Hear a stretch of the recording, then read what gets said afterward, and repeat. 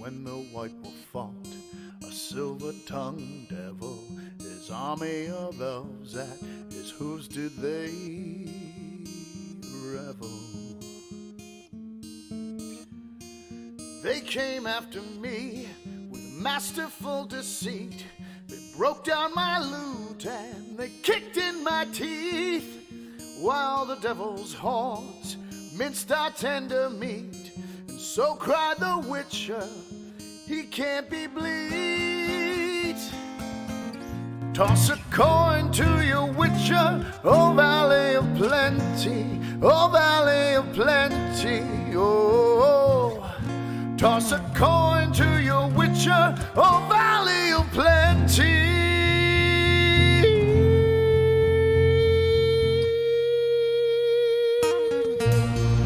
The edge of the world, fight the mighty horde that bashes and breaks you and brings you the morn.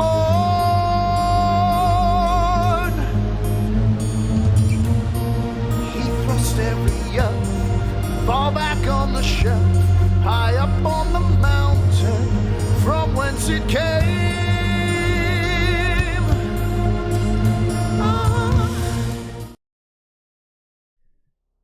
Well, hello everybody, and welcome to a little Wednesday night here on Tales from the Grim. It is Witcher Wednesday, Family of Wraiths. We are getting ready to play another episode in this fantastic game with fantastic players who tell one hell of a story. Legion, thank you for being here very much. If you're watching on YouTube, thank you for taking time out of your day to listen to our tale. Contribute to it in any way that you see fit. This is, of course, a story shared. Everyone, not much to it tonight. We'll get to exactly the setup here in a moment, but how can we be here? Because of our wonderful sponsors, our Talsorian Games. Right now, if you type in chat !PDF, you can be entered for a PDF of the Witcher Core rulebook. It is a great read. It is a great system. It is super fun to play. I recommend entering, and if you win, I recommend playing. It is just a fun time. And also our virtual tabletop of choice, Roll20. Please go to www.roll20.net/start/Tales from the Grim, where you can open up your own free account and you can tell your tales and stories shared all across our world. It's not limited by a table of wood. A virtual tabletop spans all those things that keep us apart, whether it be time, the fog of high school drifting away, get the gang back together, get the band back together, tell the stories. That's what wins in a time of social distancing. But we know why we're here, because of the love of our sponsors. We know what we intend to do, and that is to tell a story between Legion, myself, and the lovely players. But what story is going to begin? Where are we? We are in the Forest of Brokilon. Currently, we are looking at a rather interesting scenario where a waterfall pours from high above, and several plateau bits of rock span almost like a hop, skip, and a jump to the party's goal, which is the Grove of Sire Bonenet. Sire Bonenet is used to heal, and they are on a mission from Yennefer to acquire some of it so she may heal one of the local lords of the land. But to get there, they must cross from one stone to the next stone to the next stone, and upon each stone stands an armored ogre, one of the clan of the mountain, two sons, and Lord Hoyt Mountain. They seem to be bewitched, their eyes red, ensorcelled, if you will. And on the last little bit by the Bonenet Grove stands a succubus, perhaps the cause of said ensorcelment. But that's the setup, and we have a group that's going to figure out how to get around that. We have a Legion who is here to cheer them on. Let's get to it, and let's bring in our map and our friends. Everybody, welcome back to Witcher Wednesday. Let's go around and talk about who you are, who you'll be playing, and are you ready to battle the waters of Brokilon, waters that, if touched, cause you to forget. Let's start with Prax. Prax, my friend, how are you? And are you ready? I'm ready. I don't know if Antra's ready, and really, are we ever ready for Broccolon? Uh, yeah, I'm ready for this. Hey all, I'm Deirdre or Prax, and I get to play Anfra, your friendly neighborhood mage, who's just really nice and happy and isn't bitter or, but she's okay with the fact that she pulled the invisibility off of a succubus at the end of last session, so she's okay with that. Right. Awesome, perfect. Let's jump over to Billy. Billy, how are you, my friend? Who are you playing, and are you ready? Ooh, yeah. This is not only is this a fight, but this is a fight and a puzzle because the water and the rocks and stuff. Well put, buddy. I've been looking. Yeah. Well, that's my collegiate wrestling coming into play here. Never said degree, but I did say collegiate wrestling. But yeah, I'm looking forward to this. I've been trying to brainstorm and stuff all week, and I haven't come up with any viable solutions to implement for this session today. So just like college and all the collegiate references I'll be making today, I'm going to wing it. We'll see what happens. Fantastic, and I love to hear that there hasn't been any solution figured out yet. That's music to my ears anyway. Let's jump over to Lindy. Lindy, my friend, how are you? Who will you be playing, and are you ready? Oh, I'm doing spiffy, Greg. I'm here playing a game with some wonderful people, a wonderful system with a character I super duper like. I can't wait to find out what story we're going to learn tonight. And I'm not sure if we should compare this map and scenario more to Chutes and Ladders or The Floor is Lava. It's reminiscent of some childhood game, but, I can't quite put my finger on it. Yeah, I will be playing Yannicka, the elf healer, who's just pretty grumpy and cantankerous a lot of the time. So I'm sure this will go well. Fantastic and well put. The Floor is Lava is it's good. It's good. And let's jump over to Josh. Josh, my friend, how are you? Who will you be playing? And are you ready? Yeah, of course I'm ready. Of course I'm ready, Greg. I was genetically engineered ready.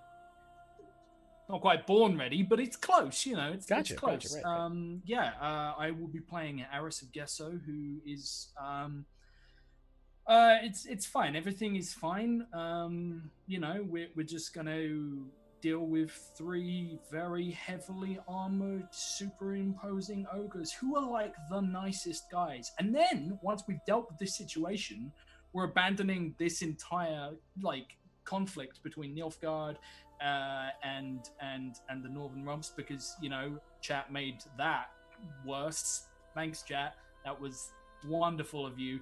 So now that's all kicking off. We're just gonna go and hang with ogre kind because they seem to have their shit together and they're really nice and polite, and I just want to hang out with them. That's where I am, Greg.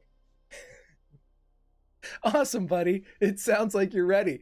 Everybody, that does lead to a nice segue that if you would like to take direct control of the story and grab the narrative by the throat, you may do so with any of the donations you see below. You may donate to benefit the party with How Do You Like That Silver, which is +2 to every roll for the session.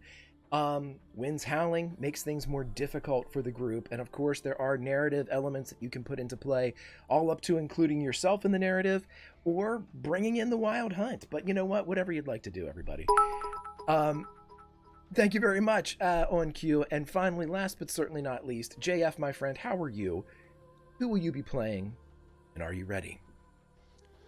I'm good. I'm playing Dusa of Gamera. Formerly known as Dusa of Gamera, because now he's taken on the moniker of the Knight. Forfeited his name. There's a method to that madness. We'll find out about it. Does it involve rubbing alcohol? It might. Okay. There was some rubbing alcohol definitely involved. Okay. He's got a fixation on a red deer stag, so he doesn't care about this succubus. But he does care about his fellow ogre knights. So let's see what happens.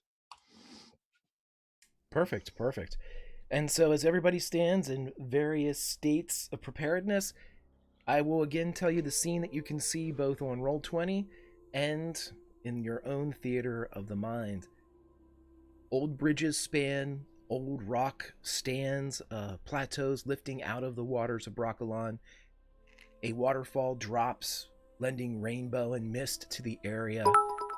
It is a beautiful sight, as is many in the expanse of Broccolon, but here it seems as if a way is, at least an apparent way, is given to you, with bridges connecting these rock islands, each island possessing an ogre. The final one, the succubus. The succubus is a bit obscured. You can see movement, you can see her frame revealed by Prax's Ainfra last episode, so you know exactly what you're dealing with. But the specifics of her movements right now are a bit shrouded in the mist. But I ask you, my friends, because this is your story to tell, I am simply here in the front row with the Legion. What would you like to do?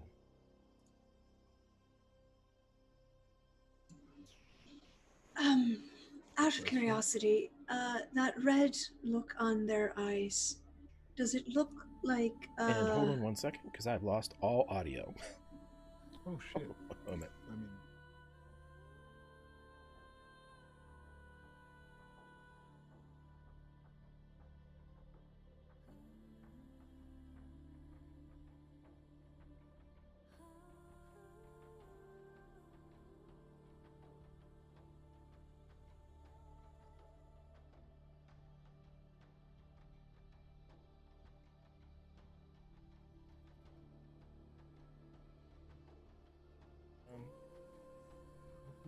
Hi, we're back, everybody. Sorry about that. My headphones cut out, so I will ask again. Friends, what do you do? this red look in their eye, do we see the little motes coming off of them as well, or does this look like, you know, just guys under the control of a succubus? Normally I would just give this to you, but you are still a bit of a distance from the first ogre, so go ahead and roll me an awareness to see if you can kind of pick out what might be occurring.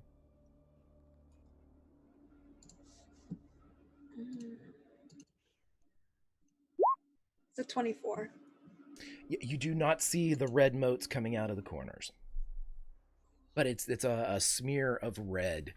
It is Ainfra with you with a 24, which is also coupled with your awareness, kind of goes lockstep with your knowledge. This is somebody that has been ensorcelled, usually has that type of, in an area like Broccolon, which is magic saturated, it's more prevalent, and you can kind of see, almost like whenever a witcher would cast one of the signs to take control of a mind, and you see a bit of a halo. This is sort of Broccolon's enhancement of a normal spell.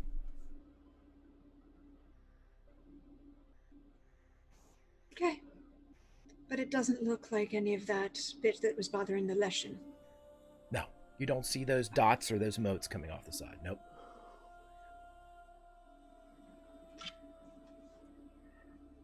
It's, so are we being nice to her, or are we being less nice to her? we're being nice, I think.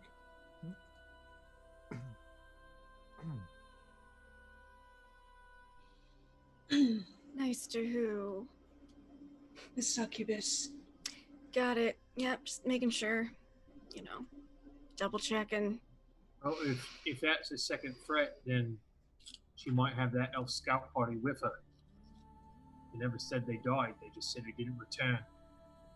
Yeah, there's a whole lot of places they could be. They're probably delayed. So many places. So are we being polite, or are we being less polite? I feel like we should start polite and then gradually get not polite. As is the nature of things. At least in Gatesville. Yeah. All we need is a spokesperson. Eros is going to take one of his not normal arrows. I'm going to take one of the broadheads and I'm going to dip it in... what do I have? No, I have something. I had it... Oh, it's something blood. It's I have a poison. I'm Black blood or whatever. No, black blood's the one you take yourself. Okay. It's something else. It's called like it's called like Assassin's Blood or something like that. Oh yeah. I'm gonna take it and dip. How many pieces of ammunition can I coat, or is it just one use? Roll me a d6. I will do that, Greg. I will do that immediately for you. Thank you. Wonderful, amazing human being. Have I told you how great your beard looks? 5. Thanks. Yeah, 1. I deserve that. Yeah, So it's one use. so Yeah. So. 1 hour. Okay, fantastic. So I will do that. And have we been noticed yet? Or they have their backs to us, don't they? The ogres seem to be facing, if your direction has a bridge that leads to the first like rock island, the ogre there is looking across the bridge at you. The ogre on the second rock island is looking across the bridge to the first rock island, almost standing at the end of Bodyguards. each. They're guardians. Yeah. And Sweet. they don't have their helmets on, correct? They do not. Thespian. Has it been For 10 them. rounds since we last saw them, Greg?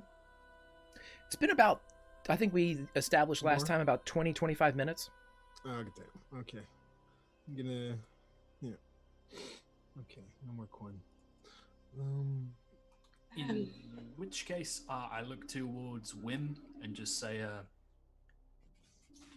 she's the problem. All right. So, like your Witchers, what do you know about succubus? Too much.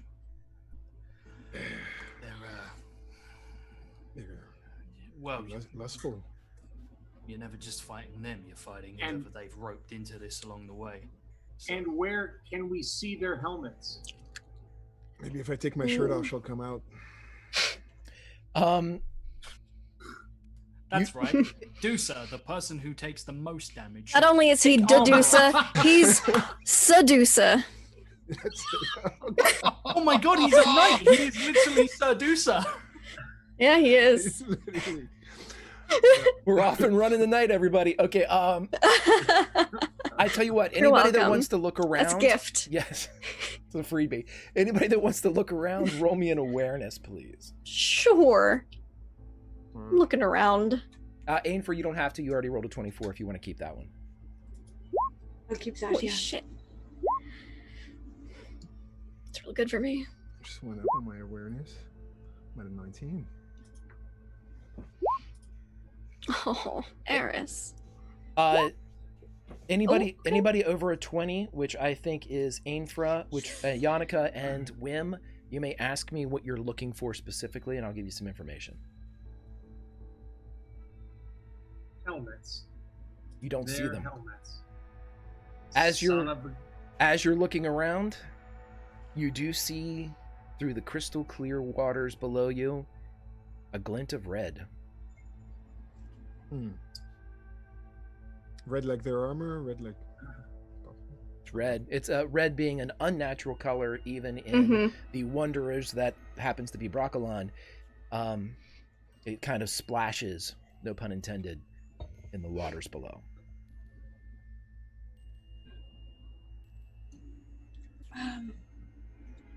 Greg, can I roll a magical training for a quick second? Sure. I want to see if I know something. While you're doing that, Yannicka, is there anything that you wanted to know? I was gonna look in the water, but that's what Billy did, so now I'm thinking. We have the same amount of knights here that we had before? There's still 3. Yeah. Okay. Yeah. And Jan there- could just be looking at the surrounding area, not like at any enemy in particular, just checking the woods, brief looking the water up at the waterfall, just to see any signs of the elf scouts or just anything out of the ordinary that isn't these 3 people and the succubus. Awesome. So Dusa's gonna take off his shirt. Okay. as this is happening, and as Yannicka, you're looking around, everybody take 5 for a second. Except for Yannicka. Oh no. I have concern.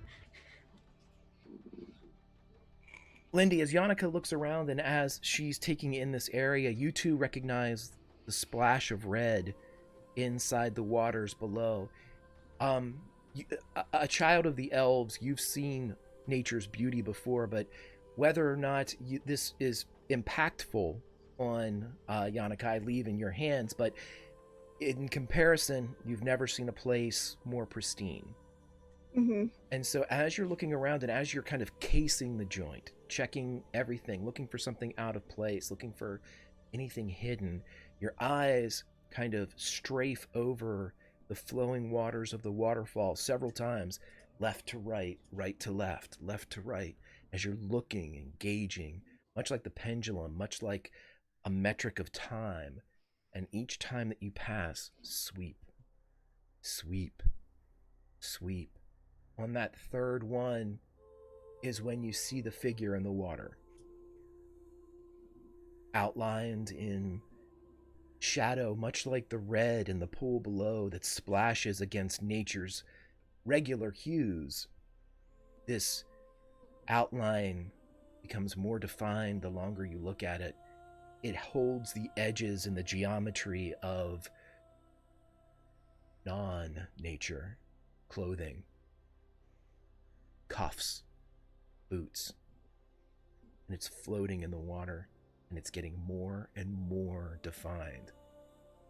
But I'd like you to roll an awareness for me. Yeah.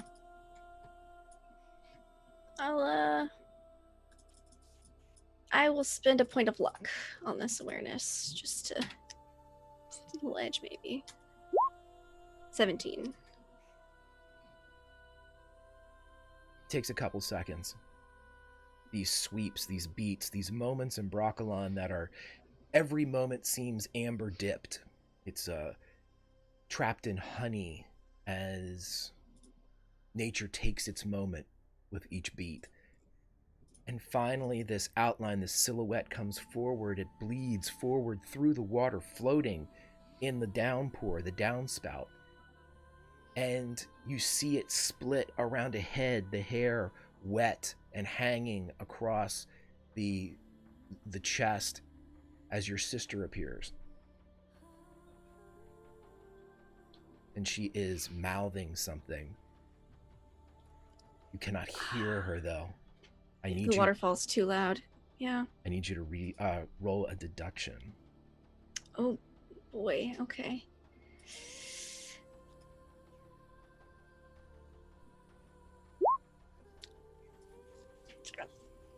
Okay. 13.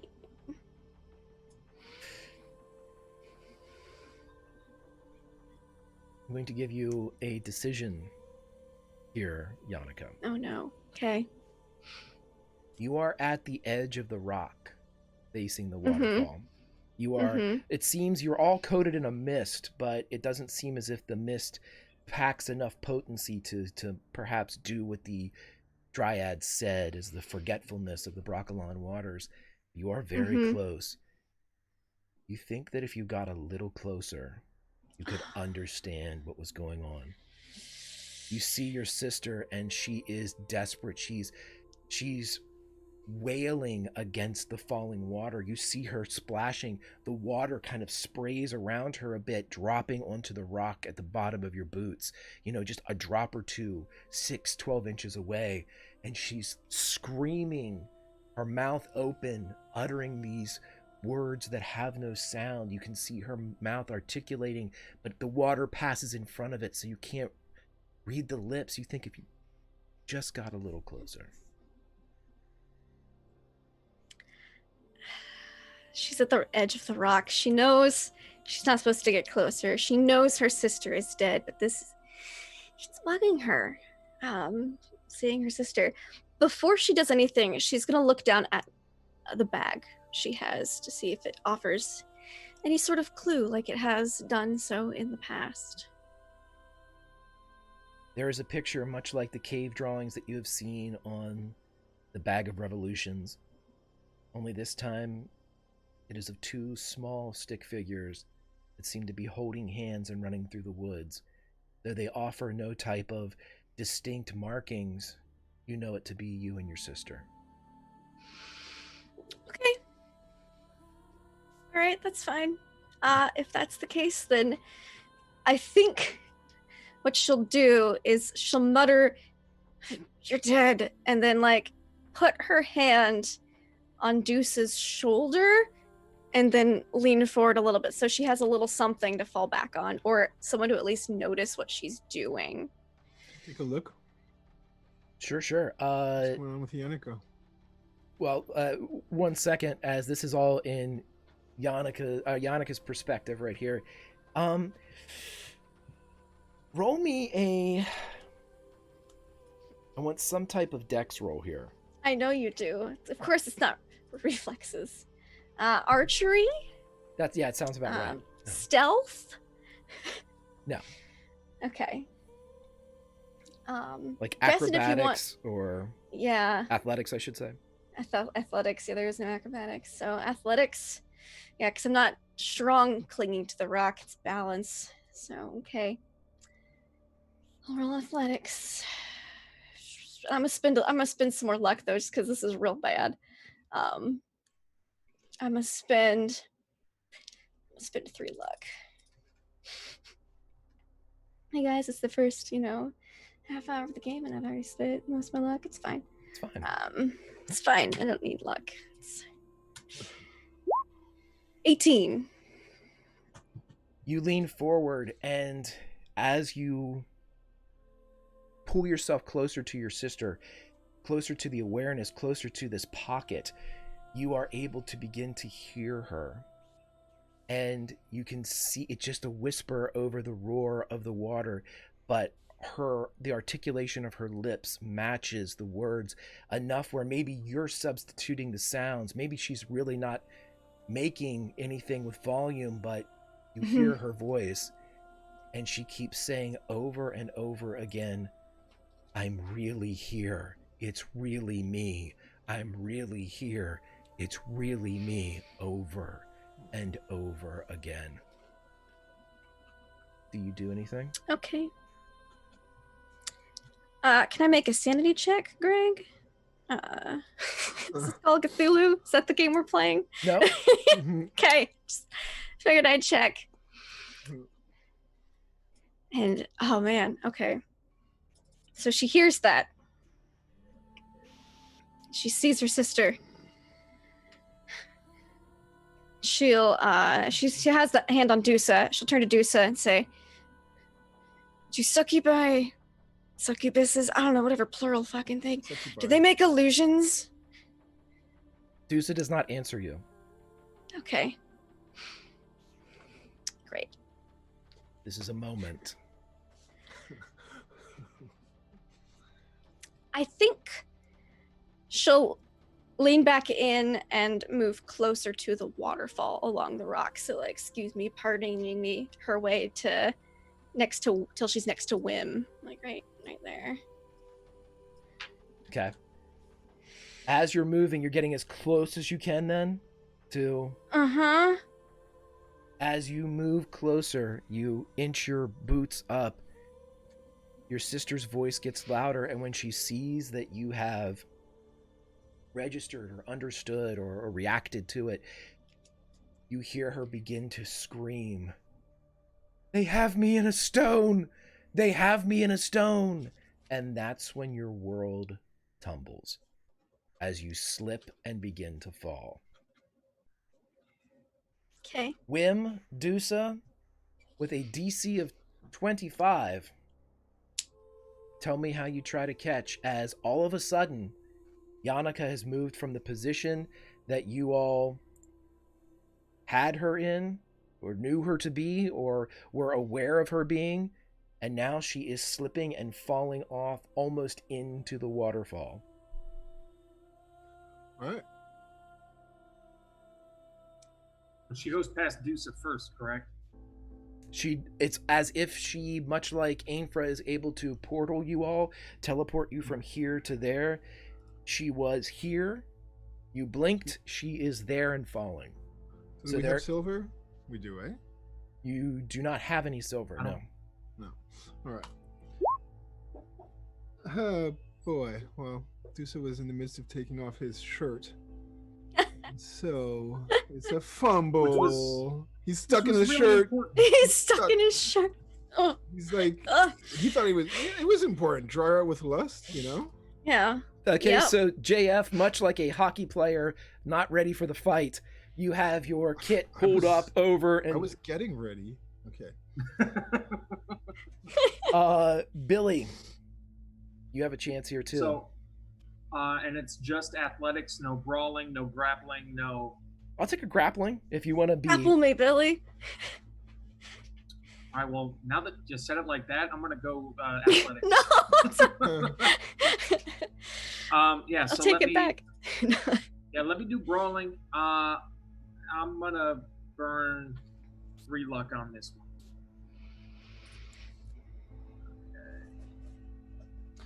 I should have done that.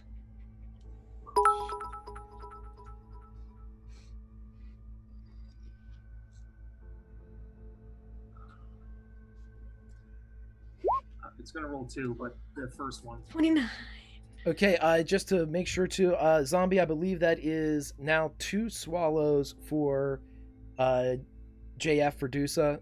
I believe that has just come in. So everybody, make sure you have that, everyone.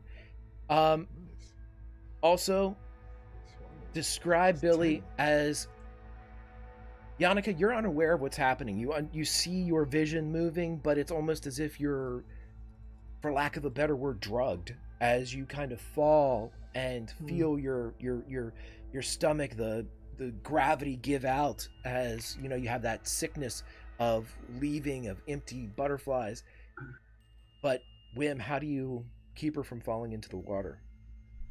So he has no idea this is happening. So he's focused on these ogres and these bridges, trying to find some sort of weakness or some way for us to get through. And then he feels a brush of wind directly by him as Yannicka walks directly past his peripheral and begins to teeter forward off the cliff. And instinctively, he extends his arm and grasps the hair on the back of her head, just because it's the closest thing to his range. And then just as she falls, like the weight, perhaps depending on if she's this far out, the weight of her body might go, but he like lifts her up to shoulder height and sets her back down on the rock and looks at her and tries to discern if she is fucking insane.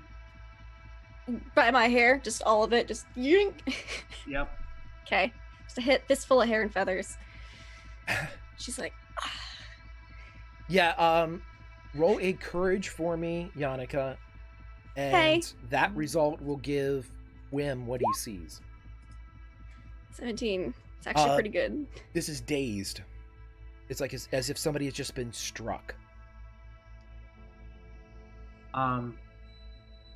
He's going to clasp her close to him, trying to figure out how this happened, and then turn to Ainfra, who's right behind him.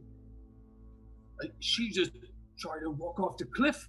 You have any idea what's wrong? The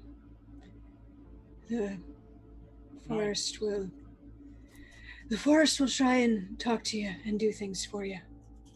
And Yeah. there are lots of things that could go on.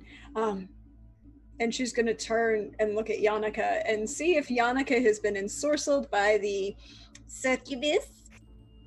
While that's happening, I wasn't sure if like we were out of that scene entirely or anything. So like You are. we- This is. Am I? Yeah, Now we are, literally yeah. seconds later, you see this, your brother, this movement, this hair grab, and it's been maybe 3, 4, 5 seconds since, that you all perceive the situation here. I will call out. Yeah, Deuce is going to try to And figure not out which one.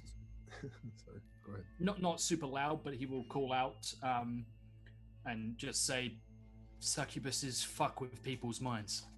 It's what they do." Roll me an awareness as you say this, Josh. Not Norris, me rolling awareness. Shit, dude, I have such a low awareness score. Yeah, the other way then. Whatever I said. Okay, yeah, thanks. Whew, he's like proficient and shit. 24. Okay, awesome. And Hammer, did the 20 that just came in, was that for some silver for the cast? If it is, then everybody gets +2 going forward with some. How do you like that silver from Hammer, who has just donated a bit? Thank you much. If it's different, let me know, and I'll take... very well. Thank you. In which case, 26. Okay, so as you're looking and kind of taking this all in, you look over and you see the succubus kind of meets your gaze through the hazy mist of the waterfall, and you see the grove of bone knit, of sire bone knit, these large, almost like pineapple-sized subterranean roots. And you see that there are several there, maybe 5 in total, and you see her pull one up, draw a black blade across it, and throw it into the water.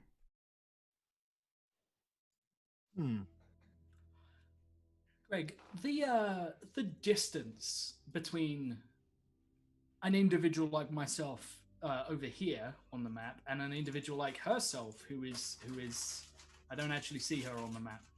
Sure, she's there, but she is like through the waterfall. But again, okay. You're looking at we're going about If, for example, 75 feet. Okay, so if we were to break that distance down to fit into maybe an attack roll. Long range with problems because of the water. Because as the crow flies or as the bow is shot, you're going through water if you would take that shot. Oh, God. So, if I were to try and maneuver around, would I have to get past this first individual to have a clear line of shot? I will tell you this, you would have a much clearer line of shot. It would be a little longer, but there would not be the water would not be in the way. Okay. I say loud and clear,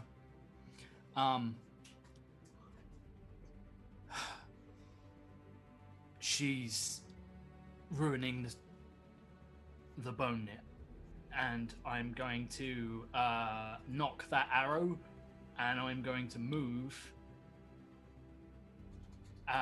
as quickly as I can across this bridge, with the intent to get a better line of sight to shoot at her. Gregory. Okay. That is my thing, my shtick. As you begin across the bridge, you would then see the ogre on the other side as Lopal, the youngest with the long black hair, steps forward and kind of straddles the entrance, or the exit in your case, of the bridge, and brings his arms up. There's no weapons in his hands, but an ogre is a weapon. That is true. So there's this thing that I can do, Craig, which is called dodge, and I would like to do that. Can I use something like that to, even if I'm not being attacked, to try and get past this individual? Like he's large, he's in heavy armor and stuff like that. I'd like to use like some speed and versatility to try and slide around, maybe an acrobatics or something like that. I do not want to sacrifice this shot. I have a knocked arrow. It's a broadhead. It's poisoned and all kinds of stuff. Can I try and get past? Right. In many ways, what you're doing here, and correct me if I'm wrong, Josh, is you're using your movement to get across the bridge and then your action to fire in this round. You're trying not to engage the ogre. You're just trying to... Okay. I just need to like get an arrow into her and then deal with the fact that, 3 seconds afterwards I am pasted by an ogre. But like up until that point. Okay, well, here's what we're going to do. If that's your intent, I'm going to allow you to get over across. And if you do so, we're going to have a contested roll here. It is going to be your dodge versus whatever they elect to throw at you. And that'll be whether or not you get clear, or the shot could still go off depending upon what we do here. So if that's cool with you, that's what we'll... That is cool with me, Greg. Not as cool as you. You're a very cool guy, but like this is pretty cool. Oh, I'm gonna have to kill you now. But okay. Yeah, that seems appropriate. He's not wrong though. I'm gonna throw a point of luck in, a solitary one. Okay, and make sure you have your stuff in play here. I do. Goes to the defender. So, with identical rolls of 27, what we're going to say is this. You go across and you leap in the air as you clear over the left kind of quarter panel of the ogre, the blind side causing him to turn maybe opposite his dominant side, unbeknownst to you. And as he spins to get you, you have a moment, a shot that is open. But just as you do so, you feel the arms coming down on you. But kind of through the elbow and through the forearm of the ogre, you have a shot. I would like to take that shot, and I'm going to put my other two things into it, my other two luck into it. This is just that, nothing fancy. It is that with my short bow. What was the range you said? This is long. Okay. That is okay. Not calling fancy or anything like that. That is plus that. Oh dear God.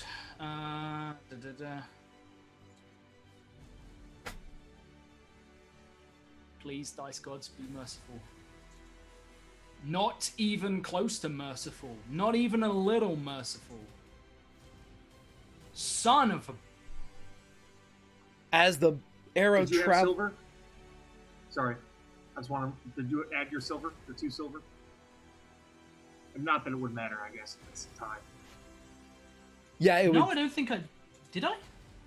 It's plus it's plus my two things. I don't see it in there, but that would give it 19, but it would still go to the defender. Yes. So Yeah. much like as close as it was with Lopal and Eris, this shot is true as it flies through the air.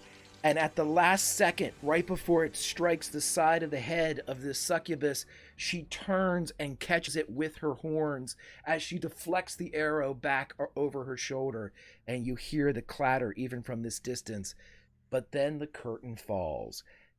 The rest of you see Lopal Mountain, the ogre, fall onto Eris and begin to hoist him up. You see just a redirection at this point as it's seconds that are going by, grabbing him out of the air and beginning to move him in a new direction.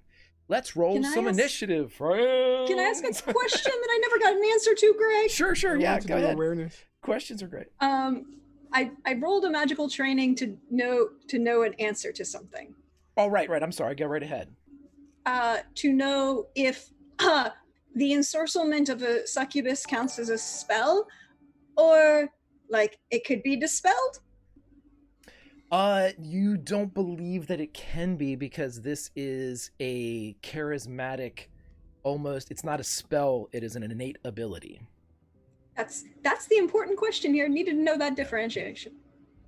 Can But I that's ask all. a quick question before we begin? Also, before I forget, Steve, Big Pig 50,000 has come in. Swallow for everybody. Everybody gets healed, courtesy of Big Pig. Yay. Steve, miss you. Yeah, Dusa he's trying to figure out which one of the two of Yannicka and the Whim, which one of them is ensorcelled, because they're both acting strange to him. So Only none of them are. Yeah, I'll give that one to you for I'm free. pretty nobody. weird. Yeah, I'll give that one to you I'm for trying free. to Pretty weird as a person. Right. Everybody's acting weird. Right. JF, I'll give this to you because you're close to them and you can kind of see what's going on with the ogres. You don't see any indication that they're under a spell. You don't see that red kind of mist. Nothing that would indicate some type of charm. However, much like what I gave to Wim whenever he grabbed Yannicka and pulled her back by the hair, you can see that Yannicka has a look on her face that it speaks more of like a physical fight. Like you've seen soldiers take a shot before and have, air quote, their bell rung. This is kind of what Yannicka looks like.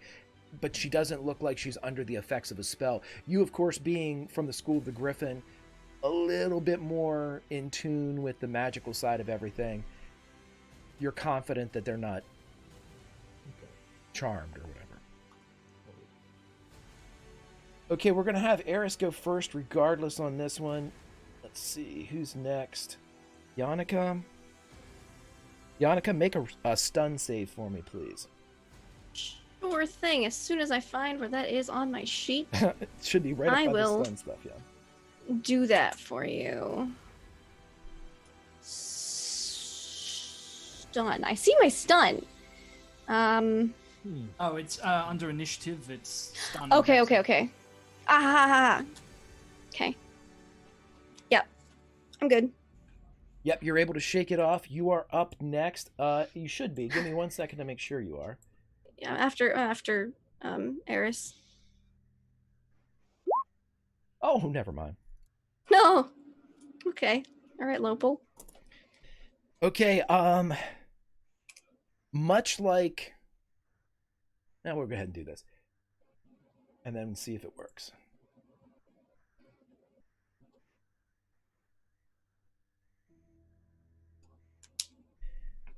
Much like a football player would do a dead drop kick, Lopal, the mountain, the clan mountain, takes Eris, turns, releases him, and push kicks him out over the water. You have a chance to dodge this, though. I was gonna say. I'm not just doing it. I'm just. Panicked breathing wow, ensues. That just happened, and that is a thing. No, of course you get a chance to dodge here. This is his intent, not his execution as of yet. Okay. Okay.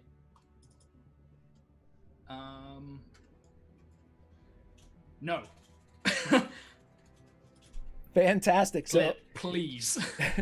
as Lopal goes to kick, it skirts by the side of Eris. Eris, I'm going to take control of you for just 1 hot second, and you end up right here. As he sort of misses you with this push kick and steps beyond you, you drop and roll to the side. And that is his action for this turn, because it was a two-parter. He stands and begins to spin back in your direction, but it is now Yannicka's turn. Yeah. So we've got some ensorcelled ogres.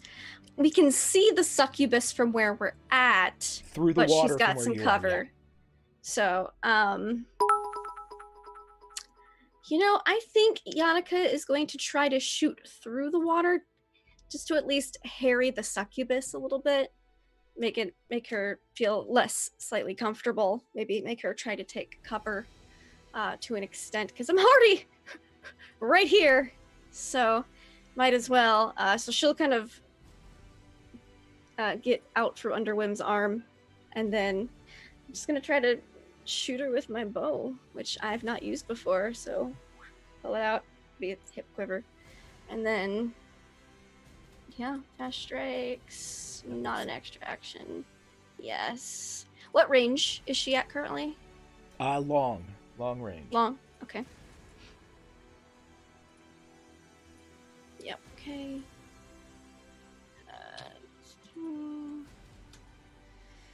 No, probably not. No. Again, the arrow goes Right. true, but as soon as it hits the water, it kind of sluices a bit and goes to the side. Mhm. You actually see your sister duck when you fire. She is still floating in the water. You see her go down as you shoot through. It goes off to the side. Just hear her say, sorry. And the succubus watches the shot go as she reaches for another one of the sire bone nits and begins to yank it from the soil.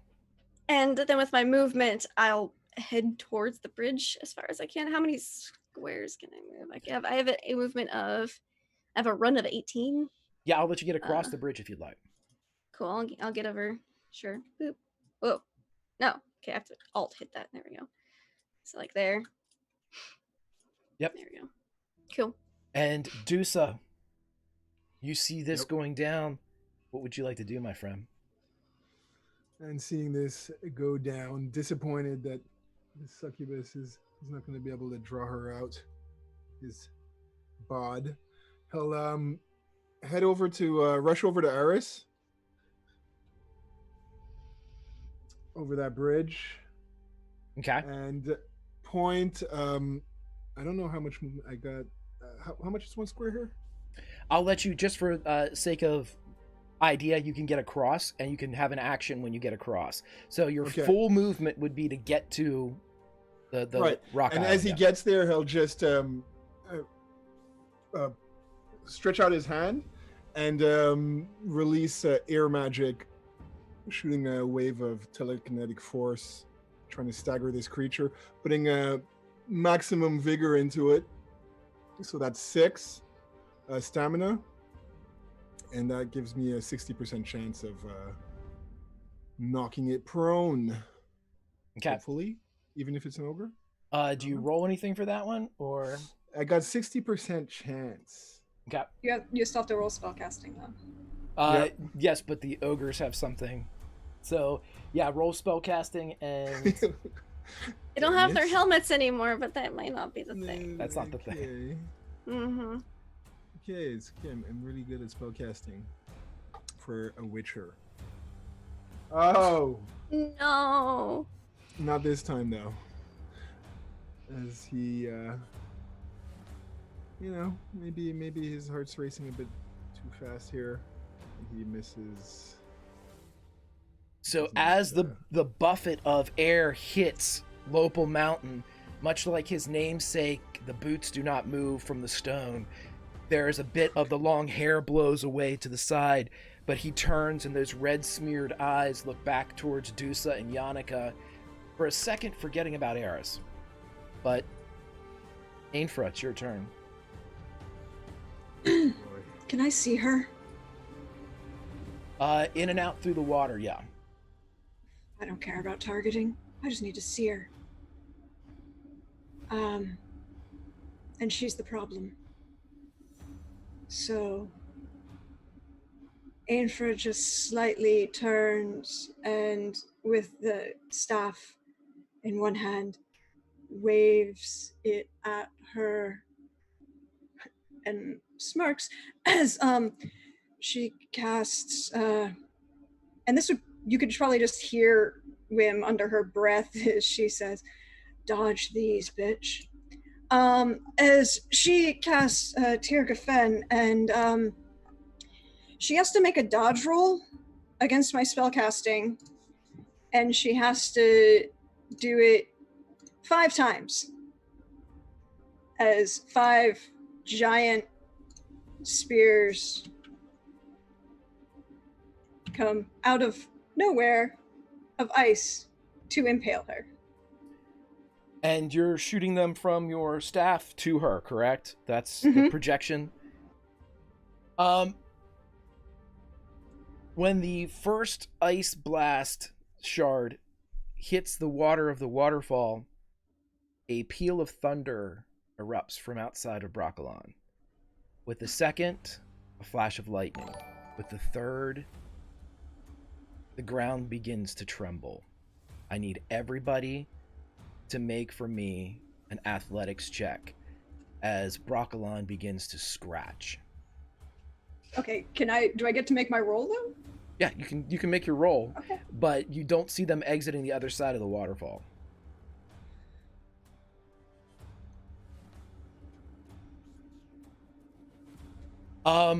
You see the ice enter, and it does not come out.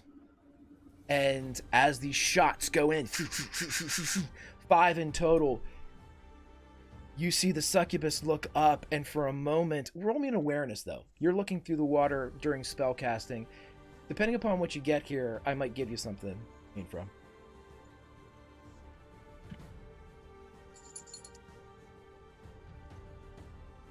$22. You can't see clearly what's going on, but when you look over, you see the succubus see these blasts, these massive shards of ice coming, and her eyes grow wide. You see her abandon the bone knit, and for a moment she turns and spins and throws her body up over something that seems to be resting just off to the side of the elevated bone knit bed. And She's kind protecting some. Yeah, and then realize She's just going to say that loudly. She's protecting something that she's trying to save, I guess.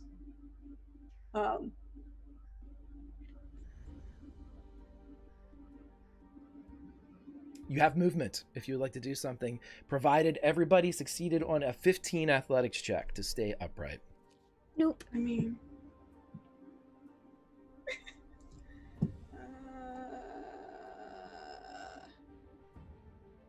Thanks, Greg, by the way. You're always welcome. I don't do these things on purpose. This is... Yeah. It's the setting. It's the setting. We're in Broccolon. No. I'm... He's human. He can't control Broccolon. That's right. Nobody can. I understand that. I understand that. So everybody succeeds with the exception of Yannicka. Yannicka, you're still reeling from the events of just a few seconds prior, and all of a sudden, much like whenever you almost fell before being caught by wind, you find yourself on your back, this time at Deuce's feet and the feet of Lopal Mountain. Fantastic. Whim. Unless, Ainfra, you want to move. Deuce doesn't have a shirt on. Deuce does not have a shirt on. Ainfra is going to do something that Whim has never heard her do before, and she's going to curse fluently in Dwarven, and then cast Quen on herself. And I'm going to spend 6 stamina. 7. I'll put 7 into it. Okay. And everybody, let's take a break real there. quick. What this is this is Prax knowing that Greg likes to get the magic user by themselves and then attack viciously. So I love the fact that you're throwing the shield up. Yeah, this okay. is season 2. Gotcha. Yeah, Greg. Yeah, Greg. Yeah. Gotcha. You know better now. All right. Yeah, that's 35. That's the max stamina mathematically that I can put, vigor I can put for an entire round between the spell and the Quen. That was the fuck you, Greg spell. That was a casting right there. Love it. Real quick, I Casting know all first season. Josh, yep. I know we've been doing stuff, but I've just noticed Lopal, big fella, rolled a 20, I think, in the initiative order. He did. Which I rolled a 19, I think. I had you go first because of your action, and then you'll be first in the order. Okay, cool. Yeah, I dropped him down to second because you already did something. So. Okay, cool. Whim, it is up to you as a fluent dwarven curse, and then a dwarven castle erupts around Ainfra to protect her from vicious GM incursions. Whim, what would you like? So Whim raises an eyebrow at her, and Ainfra is like, "You want to stay here? You want to travel?" I'm gonna need to breathe for a moment or two after that. Well, I've got an idea. How do you feel about mobile artillery? And he begins to place his hand around her waist and try to duck under her arm. You're aware that You can say no. This is just No, she's okay with that, but you notice that she charmed you once. You can do this. Idea. Yeah, you would notice that her hands are shaking a little bit as she did this. And you would realize then that you guys haven't rested since she held a portal open for 6 rounds. Oh. Uh-oh. So yes, she'd be fine. I'm closer to you. Yeah. Yes. So he wants to scoop her up and piggyback style, and then go his full run distance as far as he can to get through, as close as he can through the rock that Lopal is on.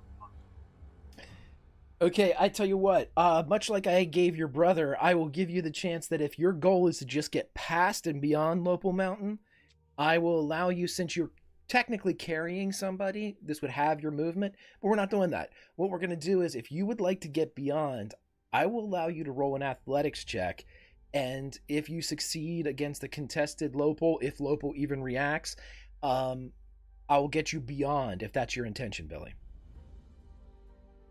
Sorry, what was the roll? I got choppy there. Oh, Athletics. No. Athletics, my friend. Athletics? Yep. Okay, cool. Yeah, I will definitely do that. Has Ainfra ever been All right. forcibly included in a scrum before? Just out of curiosity. That's not very polite.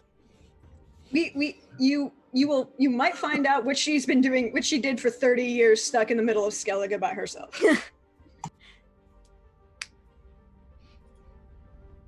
Cool. Yeah, if you did well in Skellige for 30 years, then I don't know why we're not better friends. All right. So yeah, here we go. Wish me luck. Let me put one. I'll put 1 point of luck in this.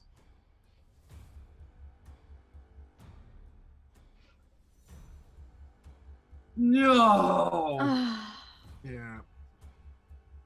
He could Still fumble pretty too. high. He could fumble.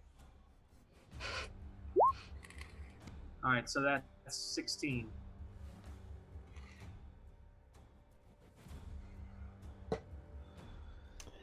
No, he didn't. Here's the bargain, Wim. I'm fairly certain I know the answer, but I still have to ask. You are the mage. Me. As you're running and as you take Ainfra, it's almost worked. You were going to slide beneath the arms and throw Ainfra over the arms as you're going to kind of move from this loping clothesline. Ainfra, you float over and land on the other side on your feet, staggering a bit. But your feet go out a bit, Wim, as you feel this arm come across the top of your head. It doesn't knock you prone, but it keeps you in Lopal's immediate vicinity. And so you both are separated at this point. For the sake of mechanics, Wim, you are on the front side of Lopal. Ainfra, you have made it to the back with Eris. And then he kind of shakes his head like, "Ugh," and then you get a smirk and he starts to square up and his hands go in like the grappler's position. For the last bit of Lopal's movement, you would see as you take this position, there is a vague blankness to the ogre's features, but you would see muscle memory begin to take over as these large arms move, and you see one arm come up as if to present to you in perhaps a way that you haven't seen, most of the weight being distributed on the back foot of the large ogre.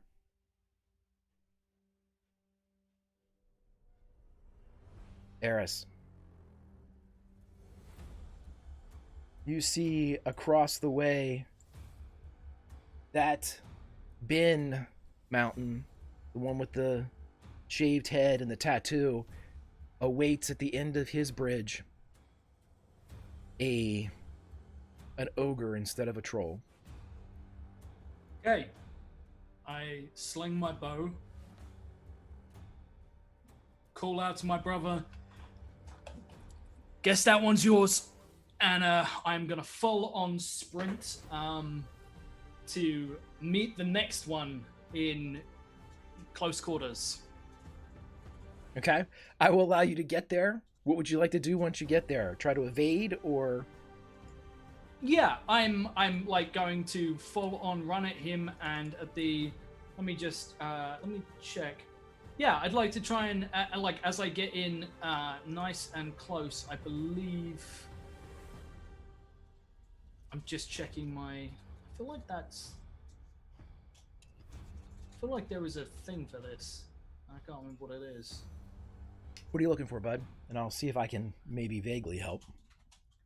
No, sure. Let's rinse and repeat. Rinse and repeat. As I get up close to him, I would like to I'd like to try and get past him. I'd like to almost sort of like not faint, but like at the last moment jink and try and sort of like slide underneath his grasp.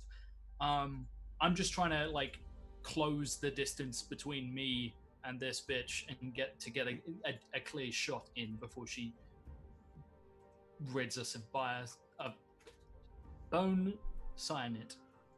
Good. Okay, let's have a conversation, Josh. Okay. That's fine. Let's have a bit of a talk here. Love okay. How you doing? How's Greg? I'm doing well, my friend. I've got my coffee. I've got other stuff. I will let you know this: as you get to the second island of rock, and you would like to do this, sliding beneath the grasp, I am going to say that I will actually give you a bonus 2, much like giving you an additional silver, if the larger expanse of the rock is towards the waterfall. If you would allow Eris to get closer to the waterfall, I will give you a bonus to this. It's like having 2 free luck.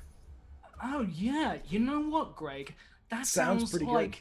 Yeah, it does. You know what? Like, I love the way that there is no negative in this for me because you're such It really a doesn't generous sound guy. like it, right? No negative at all. So what I'll say is this, Greg. As I you must be presented crazy, it so, right? As you presented it so cordially and in such a nice way, and because you know what, I fucking love drama. Let's do it, Greg. Let's just do it. Let's fucking. I love you, my friend. I thought for sure there was going to be a fuck off at the end of that. No. No. You know what, Greg? That sounds dramatic. So what I'm gonna do, I have one condition.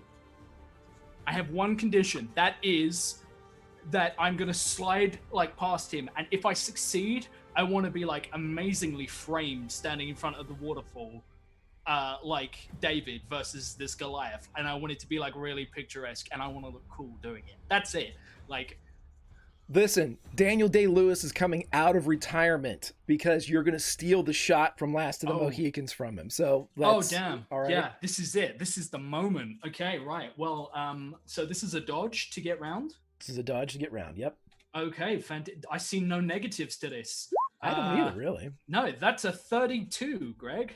I mean, there's no way that he could possibly stop you, so let's just roll just to make sure. With a 26, as you slide past towards the waterfall, how you describe how it happens. Again, the clothesline coming in of this large armor-clad ogre. You are able to evade it. What do you do? He is really, it makes more sense for me to be here because like next on is that bridge, but like I prefer here because again silhouetted by the waterfall, so like it makes for a better moment to be captured. So like I'm gonna like slide underneath him. As I do so, I'm gonna sort of like stand there and draw one of my blades into my hand, sort of backhandedly, look up towards him, and sort of it's that slow pan of like, fuck, you were much smaller from a distance when I was hiding in a bush and had a bow. You are very big in armor and in front of me.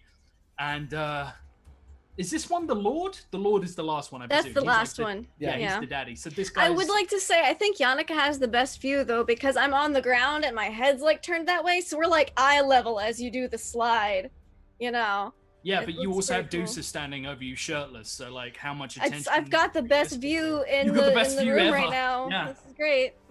Guys, just lie down. Like, it's great down here. Yeah, so I slide under and I look over like dramatically, like almost close enough to like wash my hair for a moment in the waterfall, but I'm not going to quite go that far. And I'm going... This isn't a Pantene commercial. Yeah, well, you know, it could be. It pretty much could be, and I bow to him slightly and just say,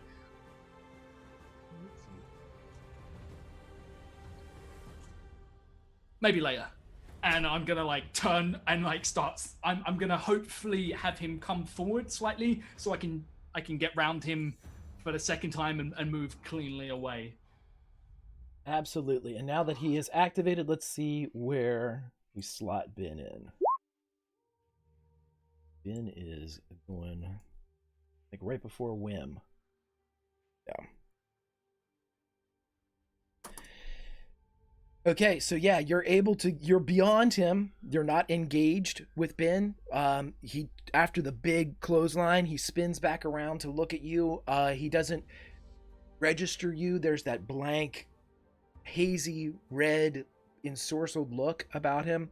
But he does turn to face you again. He seems to kind of take a more familiar, more martial stance against you, but it is Lopal's turn as Lopal attempts to kick Whim off the rock.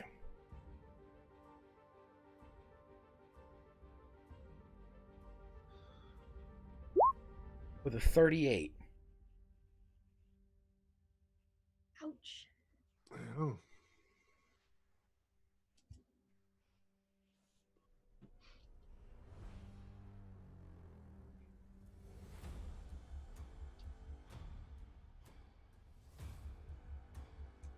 You're muted, bud. Don't hear you. Don't hear.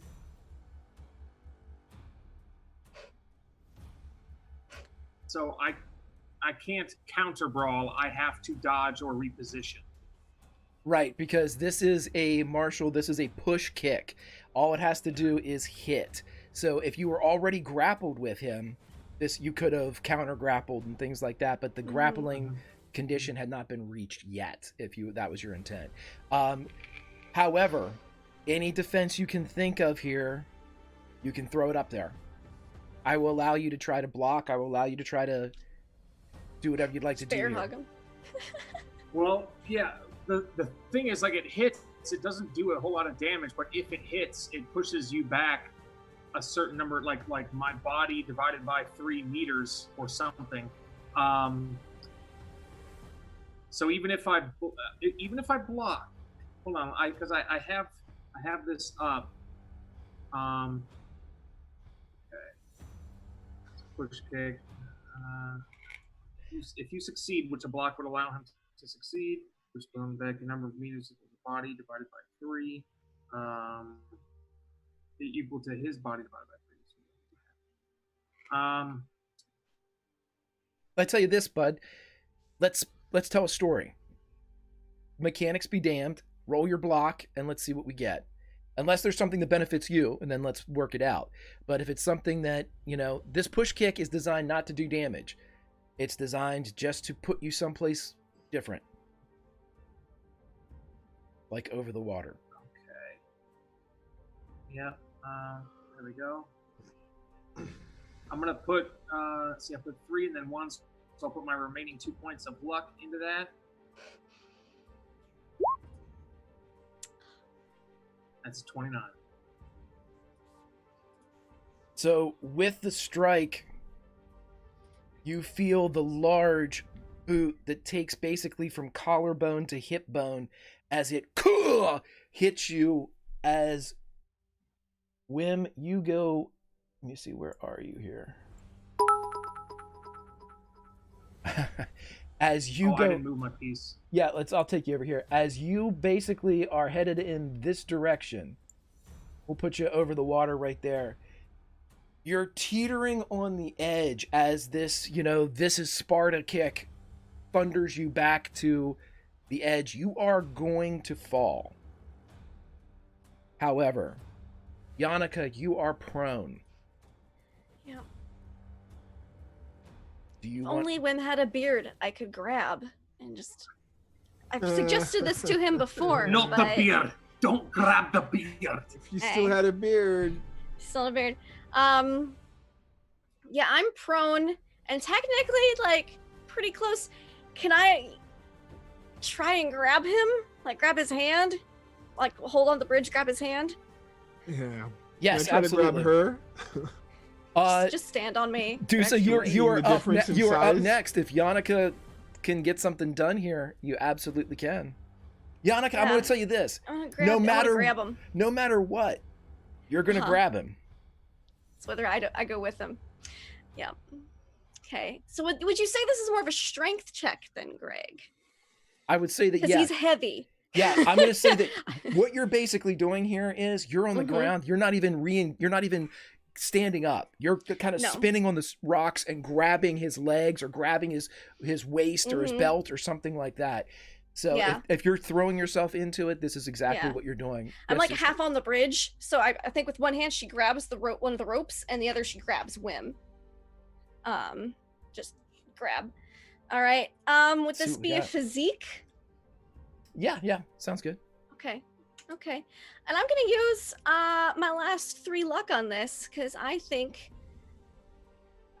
that could be good here.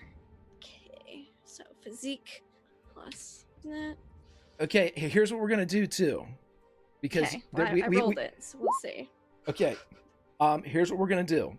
We have Winds Howling in place, and we have Silver in place. So the DC is 20.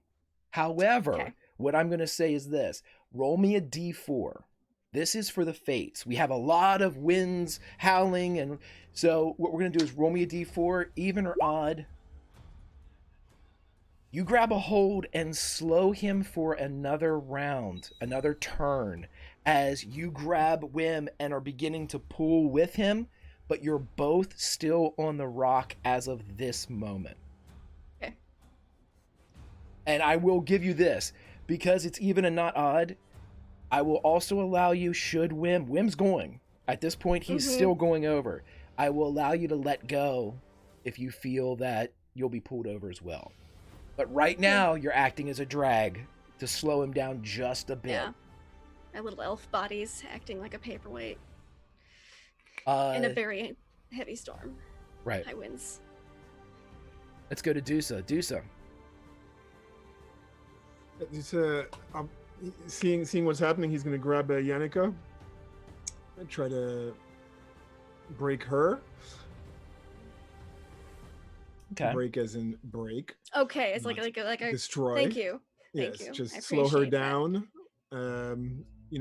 Get a chain going, and he'll look to the ogre and say, "You mind giving us a hand?" And he'll make a sign, drawing water magic from these beautiful waters. And he'll send that shooting towards Opal to try to take control of him and make him his puppet. You're using mindfuckery water for mindfuckery water spells. Yes. Right. So happy. So it must be more powerful, right? Right, Greg? No? I love it. I love the idea. I love everything that's going on right now because it really helps me out. And wait a sec. There was just one question I had to ask before doing this: is what went wrong with the spellcasting last time? Was that just an issue that he resisted, or was there something more to it? With the air buffeting? Yeah. With the air, it seems that he's super big. And it seems that, mechanically speaking, ogres have a huge bonus on being knocked prone. Okay. All right. Just wondering if he had... That's a freebie, everybody. There you go. There you go. Ogres are big! Freebie. Right, so anyone can have it. It's out there. He'll try to take control of his big body. Okay. As you go and roll me a... Let's see. You want to try to... Let's do the stages. I want him to help out to join the chain. To join the chain. So you're going to cast... Yeah. Roll your spell casting. There we go. And so, I don't know how... Oh, man. Oh, Dusa. 14? Okay. Yeah. I don't know if we had a silver in play. We do. You do. You have a silver in play. Yeah. So it'd be 16. Still be 16 then. Yeah. And can I put some luck in there? I'll let you burn some now if you want to. Go ahead. No. I should have called it. No, it's 16. Okay. As you cast now, you're still trying to actively grab as well, right? You're trying to... Deuce is also trying to grab while casting, correct? Right. He's going to grab and then cast, spending an extra stamina to get an additional action. Gotcha. So, absolutely. So as that happens, let's do this. Roll me a physique.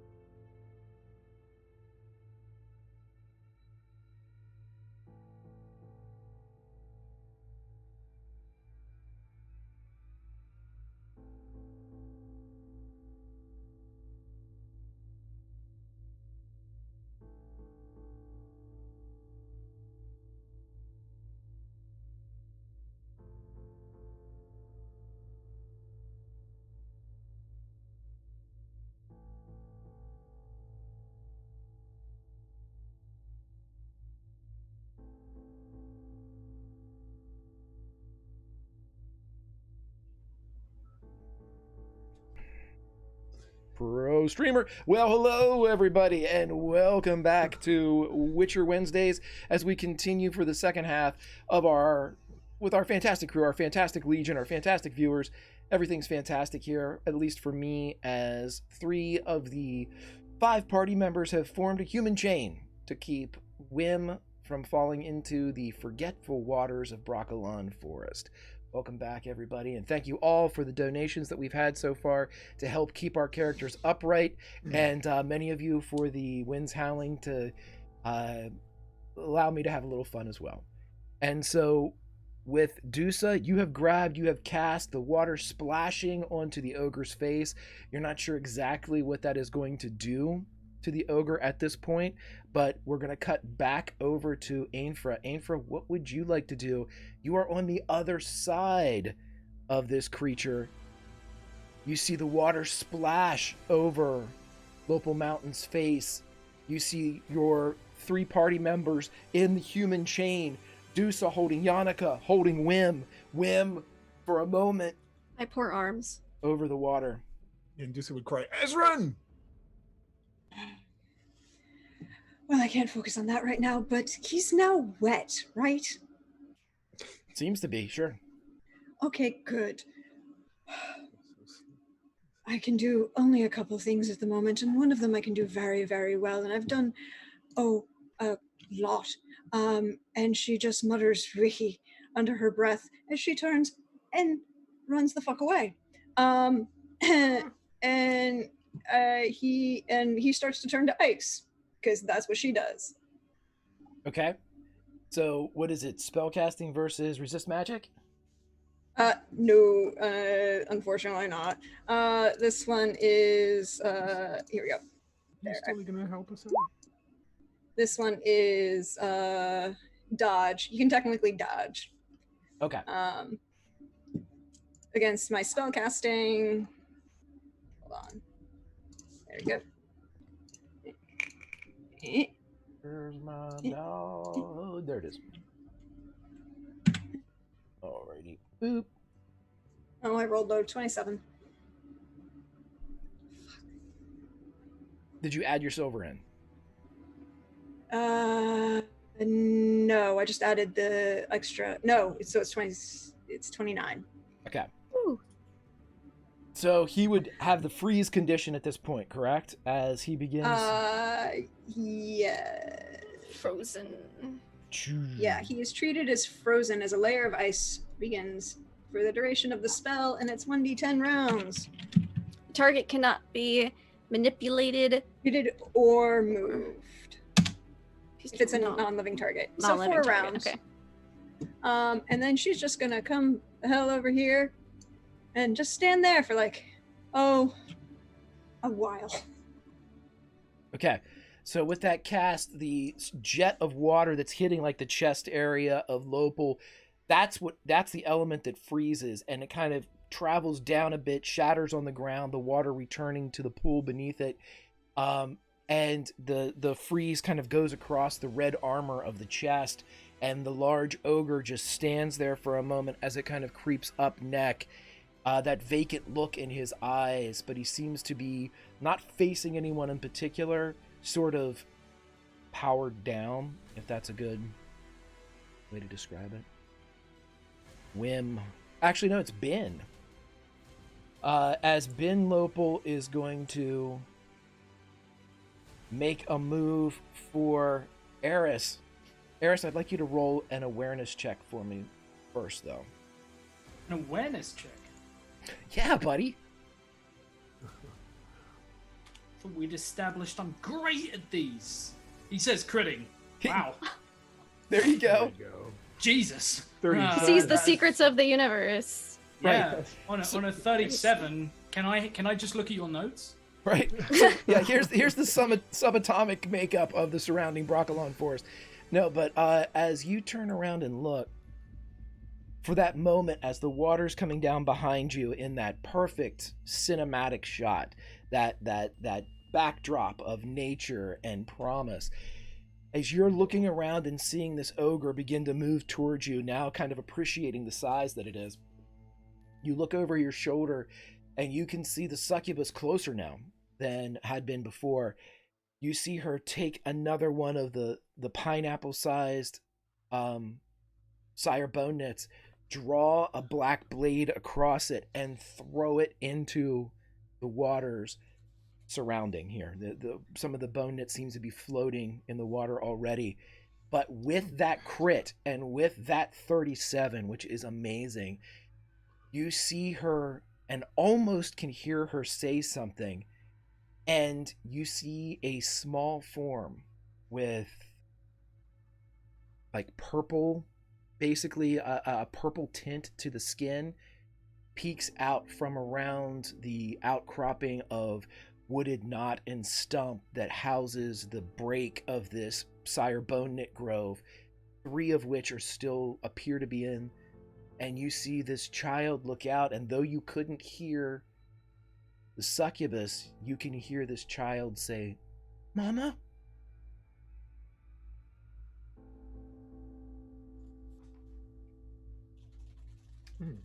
Okay. As the ogre moves in. The ogre is going to attempt to kick you, my friend. Seems like the kind of thing it would do. Yep. Oh, Greg, wait, I moved right in front of a waterfall. Oh, Damn it. I'm just figuring that out now too myself, Oh friend. man, who Did you know that? who saw that coming? Nobody. Jesus. I mean, that's crazy. Well, I guess we just got ahead and let the dice decide this. I mean, you all are the best. Very cool. Oops. Oh boy. 33, my friend.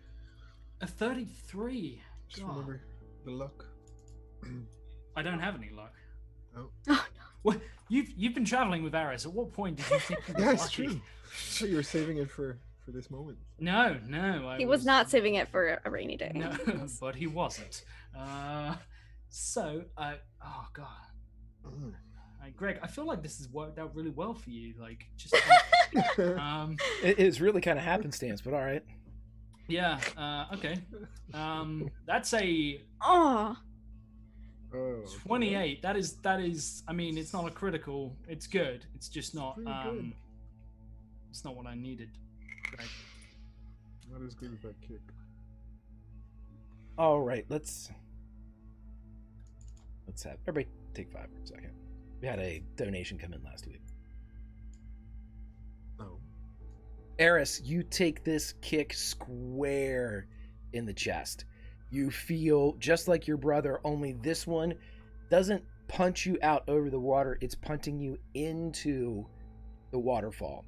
You are going directly through the water, much like Ainfra, like the arrow that was shot by Yannicka, like Ainfra shot the large missiles of ice. You are now the most recent addition to this waterfall, but as you go in, the waterfall continues to rain down, but you're not wet.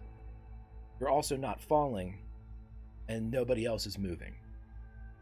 And you realize that someone is holding your hand, and there is an umbrella over your head.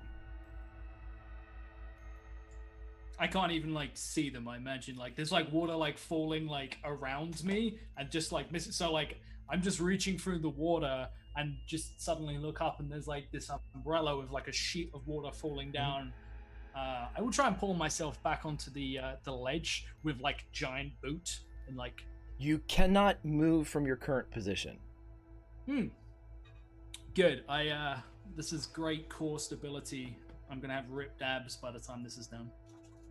The person holding your hand pulls themselves under the umbrella with you as Gaunter O'Dim steps out, a donation from last week's session. Greg, who the fuck is Gaunter O'Dim? He says, not knowing. What you see coming before you is a typical human of the realms. A man with a shaved head, just a simple tunic with a hooded kind of drape over the shoulders, a bit of a rough stubble, kind of scruffy looking a bit, not well kept, upper lower class, if we're being nitpicky. Yeah, This is Broccolon. Oh, yay. I hate it here. How are you? You're Wim's brother, right? Yeah. And perpetually suspended is how I am. Oh, What the fuck? I thought we could have a conversation, and it's You romantic. picked a hell of a time. I picked the perfect time.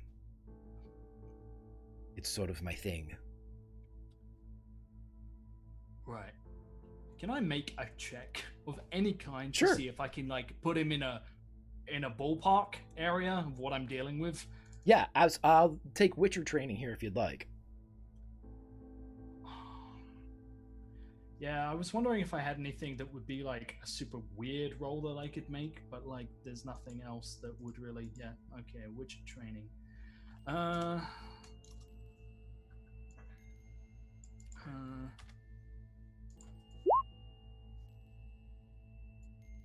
no! When I hit +2, I accidentally hit the 3 as well, so that was +23. Let me just re-roll that real quick. Just minus 21. It's 20. There you go. 25 is still pretty good. Yeah. 25 Yeah, is good. yeah. 25. Okay, so with a 25, and with a moment to look around at this weird suspended moment, you can see that the water that's pouring around the umbrella is way more reflective than it needs to be. In fact, it's capturing in an almost mirror type of quality the reflections of both you and this gentleman you're inside this column of water with. And as you're sitting there, you remember some of your training, you remember some of the stories, because as Witchers know, fables and rumor at least hold an element of fact. It's up to the Witcher to decide which part of the story is the truth. And you remember hearing something about a master of mirrors, or a mirror master, or something of that kind of strikes you. And you know that a being like this is a being that is in more than one story, in more than one fable. If there was a boogeyman in the continent or on the continent, he'd be friends with Gonter O'Dim. Do I know his name? You would... O'Dim, probably. Or I know he would, or I know he exists. I just know his... Yeah.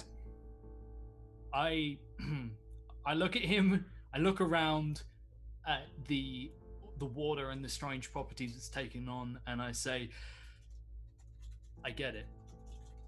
A moment to reflect. Nice. Always the perfect moment. Have you seen a dog? Rust-colored. It's shaggy a bit. Answers to the name of Fleck. Can't say I have. My brother's the one who likes dogs, apparently. Yes, yeah. Still have him to blame for all of this. To blame. Bit of obsession, I think. So, here we are. Moment to reflect. I can help you. I can actually help you get... And he points to the island with Lord Hoyt Mountain. Help you get over there. Is that something that interests you, or are you ready to taste the waters of Broccolon?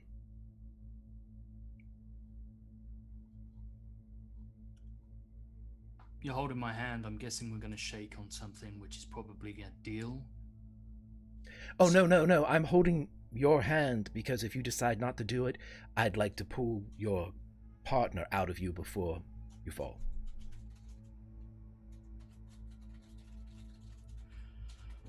So you're threatening me, is what you're telling. No.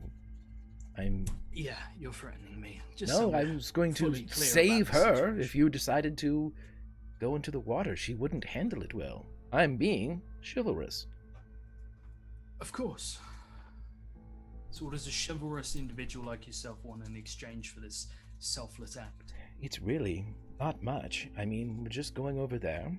And so, since we're just traveling a very short distance from here to there, At some point, I don't know, in the future, I will come to you and ask you simply to travel from where you are to where I want you.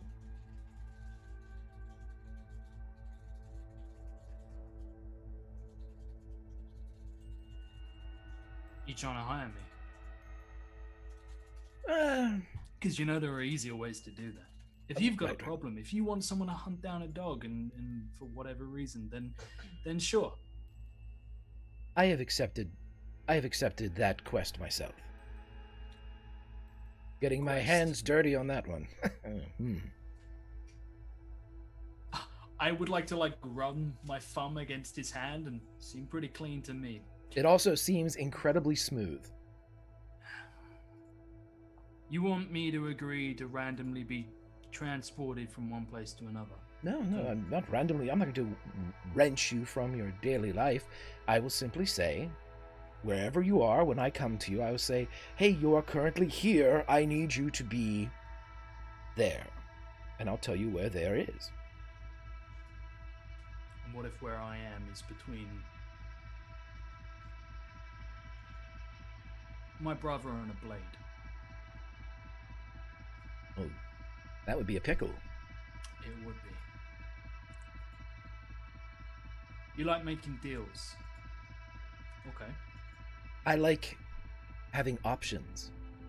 Don't you? You must get pretty bored, people just, saying yes or no. What about a counteroffer?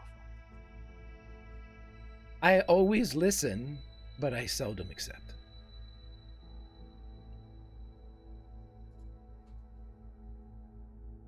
What's your counteroffer? I already have deals. Promises I've made to people. Promises to her? He taps your hand. Her and others. I tell you what, So? I like where you're going with this. You have deals in place that supersede the deal that you could potentially make with me. I tell you what, pick one person. If, when I come to you, to go from here to there, if you feel that it would hurt this one person, and I agree, I'll ask something else. Counter offer. Oh, great. I made a deal that I'd get her somewhere. Oh, I know. That's as far as I go. I have no moves planned after that. You may So- not.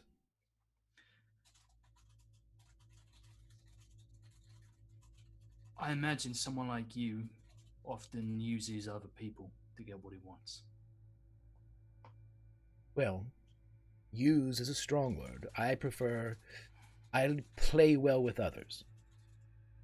Okay. Then after I've got her where she wants to go,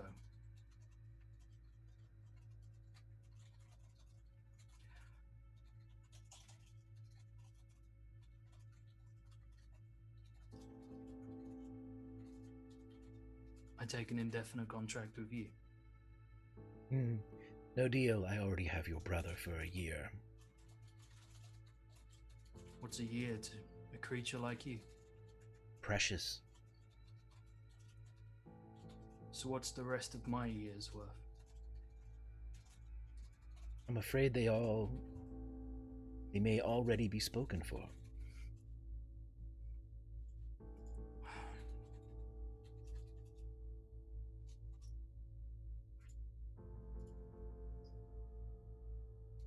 What do you get out of this, other than the deal? Clearly there's more to it. It's a story. Story is being played out. I like to make notes in the margins.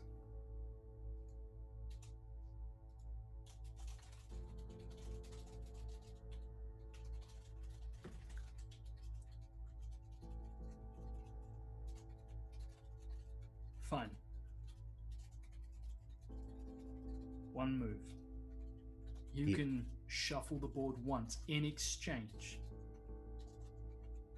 my brother wins. If it in any way affects him, if it hurts him, if it harms him, if it does anything in any way that would affect negatively him, you can do what you want with me, but I will not honor it. He leans forward and his smile is a bit too wide. Agreed.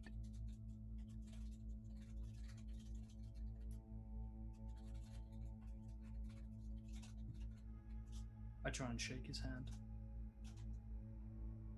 Consider it shaken as he begins to pull you out and shakes off his umbrella as he puts you beside Bin Mountain and starts to walk over towards Lord Hoyt Mountain. Come on.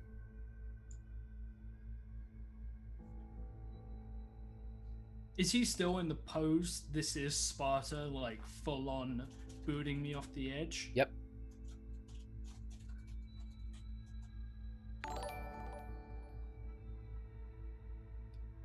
And he's walking ahead of me. Gaunter is, yeah.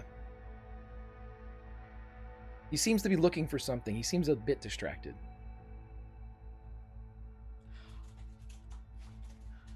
I presume it would require me to make a sort of sleight of hand check if I wanted to, for example, whilst his back was turned, maybe do something with regards to this ogre. Sure. Yeah, you can do whatever you you can do whatever you'd like, buddy.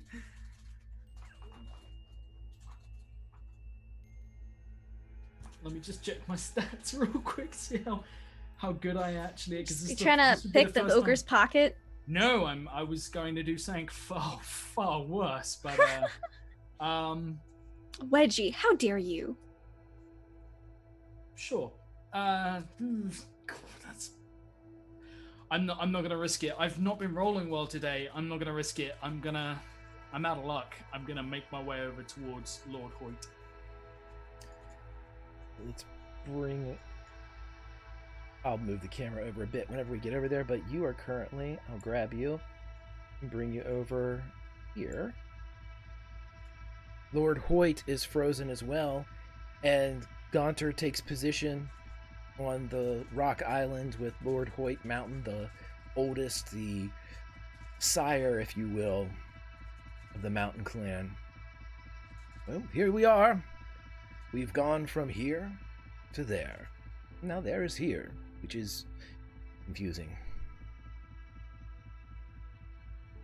You know, I hear a lot of stories about you. I assure you that most of them are true. I don't believe you. I said most. You're looking for a dog. Yes. If I find one,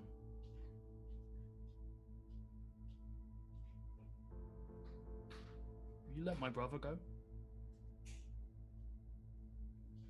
What do you mean? From the agreement that I have with him? He is to spend a year with me, and consider that, as I said, precious. So you're looking for a companion. What if I found you a dog? Well, as little as you may think of your brother, I believe that he would be a better companion than a dog, at least in the conversation sense. That wasn't a no. No, it wasn't. I draw both my blades and say, I guess this is the point where you vanish. And I stop paying any attention to him. And I contemplate what the fuck I'm gonna do with an ogre. You sense that he is still there, and roll me an awareness.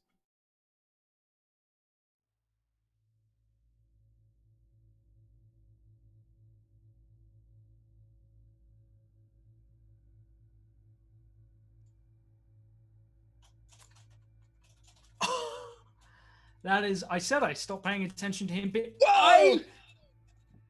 That is off of a 19, a -3. I don't even. I said I haven't been rolling well tonight. Well, buddy, I hate to mess with you this way, but I'm going to go ahead and do it. You feel Gontar O'Dim lean close to your ear, and he begins to whisper, but he's not speaking to you. It's been quite a long time. Until next I see you. And the water rushes, and Tears' true name is lost to you. As we return to normal.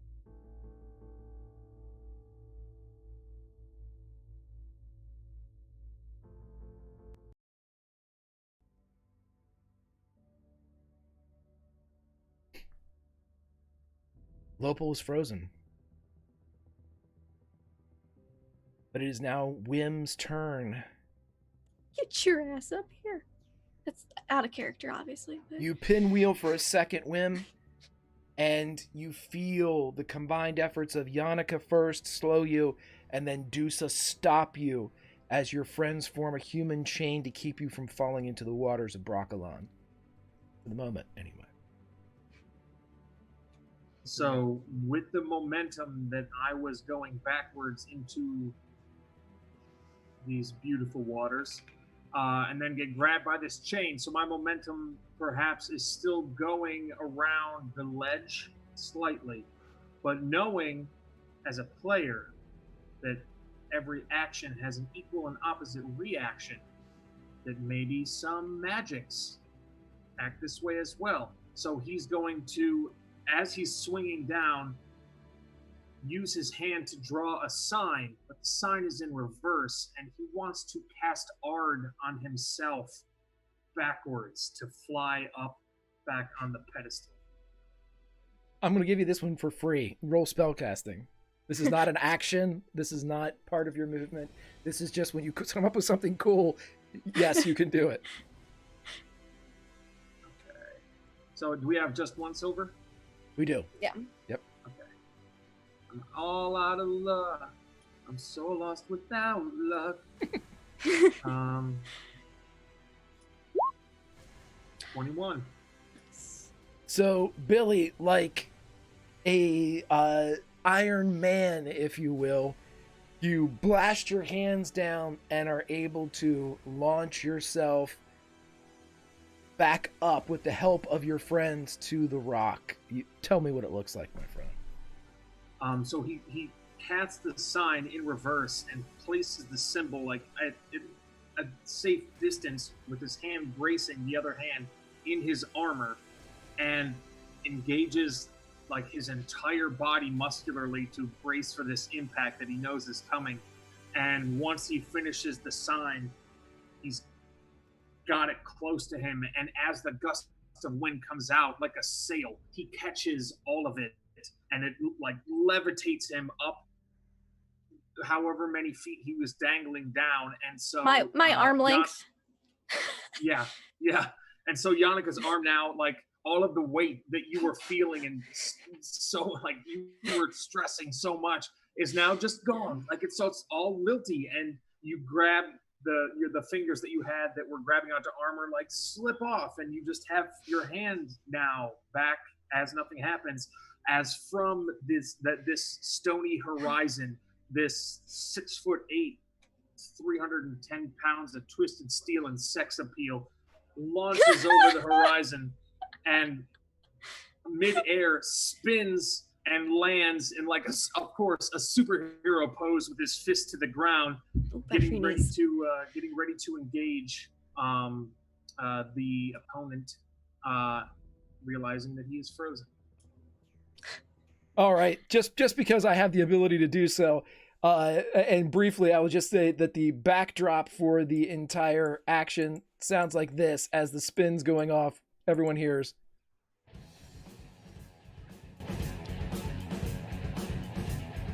And as the twisted steel and sex appeal launches up and lands, Whim, you are back among the living as it goes exactly as you say, buddy. What is your turn? I say this because Lopal Mountain is frozen in front of you. He does not react, and so what would you like to do, my friend, as you take to the rock? Let's see here. I want to, since it's frozen, he probably won't be able to do much, so I don't have to worry about getting Yannicka and Dusa help. He's going to look to ensure that they're all right, and then he's going to run his speed just before engaging Ben, the other ogre, on this island right here. Okay. And you would see, too, as you close, Ben had just kicked something.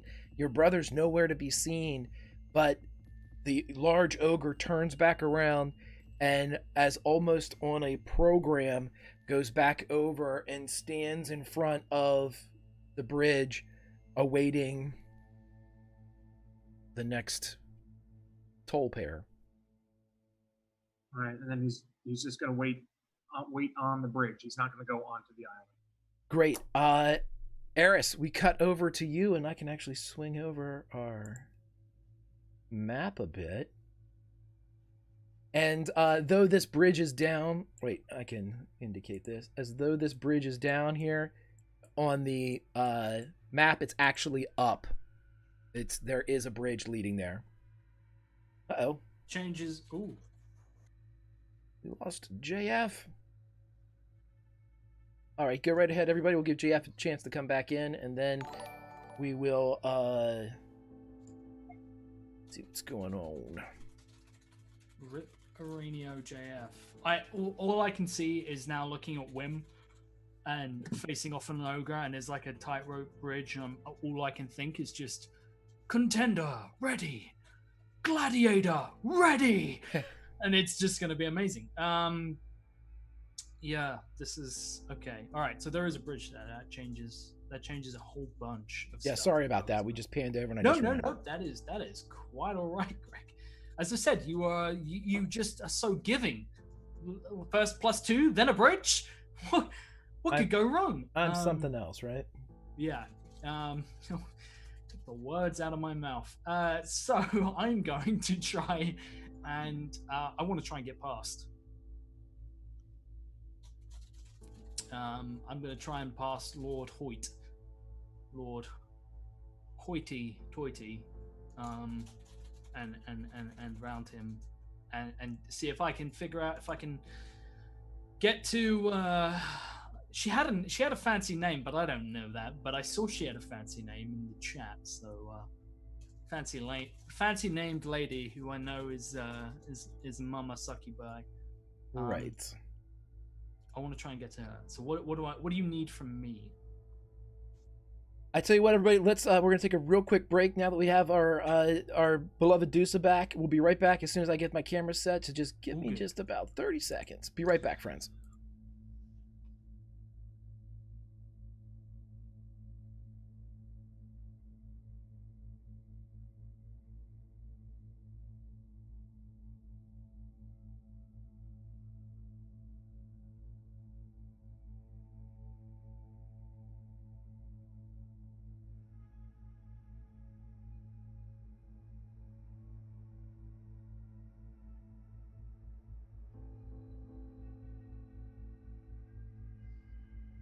All right, everybody, as promised, we are back.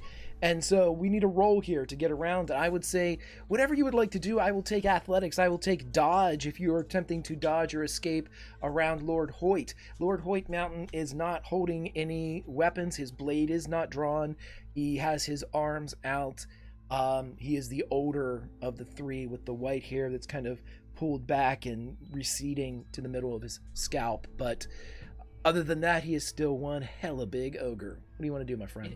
He is also a really nice ogre. And I really part of me just wants to cut my way through this problem. But at the same time, they were so nice.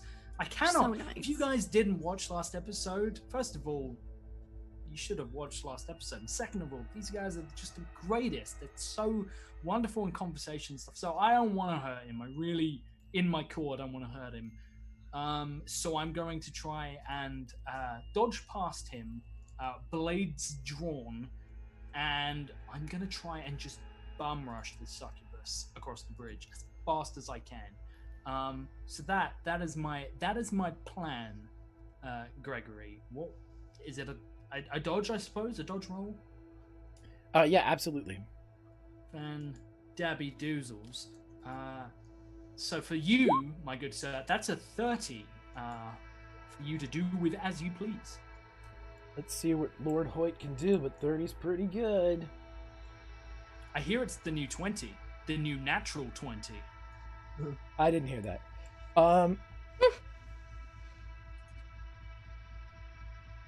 You are able to dodge as Lord Hoyt swings at you, perhaps a little slower than his sons, and you have a bridge in front of you. I'm squeaky clean bridge. Flat out. It's like this bridge is brand new. Like it is just like I was just made aware of it, and I flat out run. I'm also like, I will tell you right now, I was running over here. I didn't check that far on the map. I didn't see the bridge was out. So when you were like, there's a bridge, I was like, I realized there wasn't 30 seconds ago. Okay. And I was like, I have no plan. I am out of plan. So I'm gonna rush across. Now, Greg, extra actions cost stamina, I believe. Correct, yes. Okay. But first, I'd like you to roll me an awareness as you're running across the bridge. The squeaky clean new bridge. The most, you know, if I hadn't natural one on my first awareness check that you made me make, I probably would have noticed this bridge. 24, Gregory. Don't know why Gregory tonight. It's just a recurring. It seems proper. Roll me another dodge escape, please. DC for this one is a. What am I coming up against? Is it something I might be able to deflect? No, because no. Okay. Dodge. 25. Goes to the defender. You are able to catch yourself as you step on one of the planks that isn't there. And as you fall through, your hands come up and grab hold of the support ropes of the bridge that's there. And with your awareness roll, you see this kind of purple-skinned child shy away, and from this distance you can see that the child is incredibly thin. You see dark patches all over the child's skin, and it shrieks out, "Mama!" as it sees you drop and grab hold. I will allow you to use that action that you were going to spend stamina for to pull yourself up if you'd like. I shall do that. And with you falling through it, it's revealed that there is an expanse of about 5 slats that have been removed from the bridge. But now everyone can see this. Fantastic. Can I shout out as a free action? Yeah.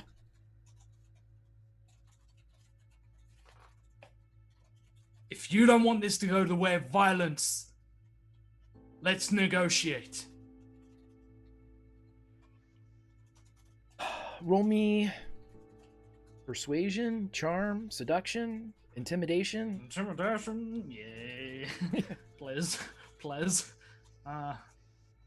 Angrily gruff yelling is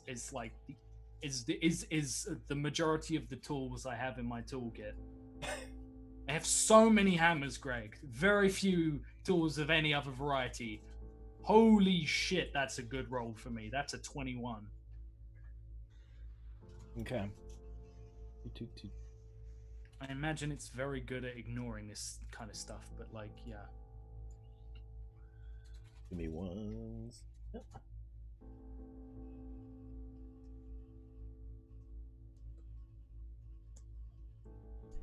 Seems fair.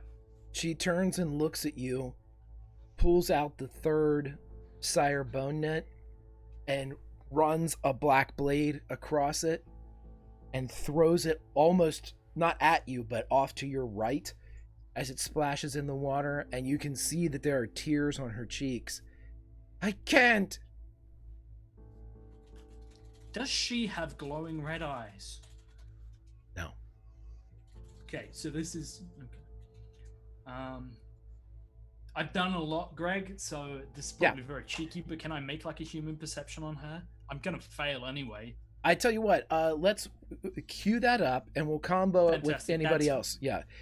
And Lopal is, for all intents and purposes, frozen as we are back up at the top of the round. And Yannicka, what would you like to do, my friend, as you see this frozen ogre beside you and you saw Wim Iron Man and run? I would like there to be less islands here, but I'd also like to not be on the ground anymore. And you may elect to not do that.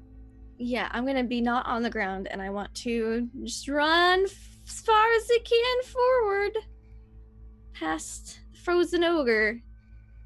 So we got Bonnet to get. Right, let me get rid of that thing. Yeah. Burp.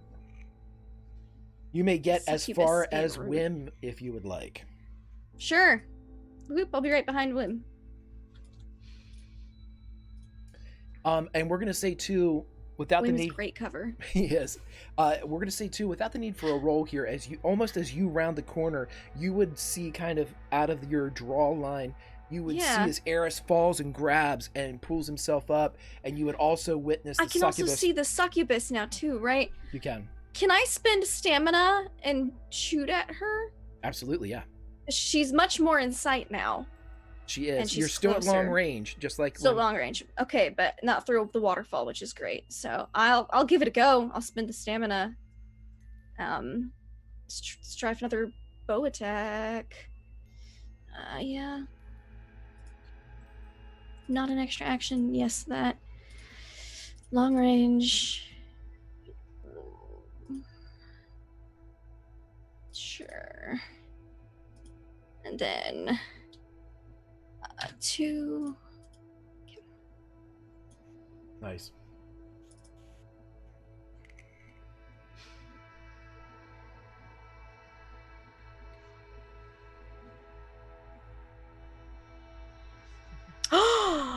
Roll your damage. Actually hit. Oh my gosh.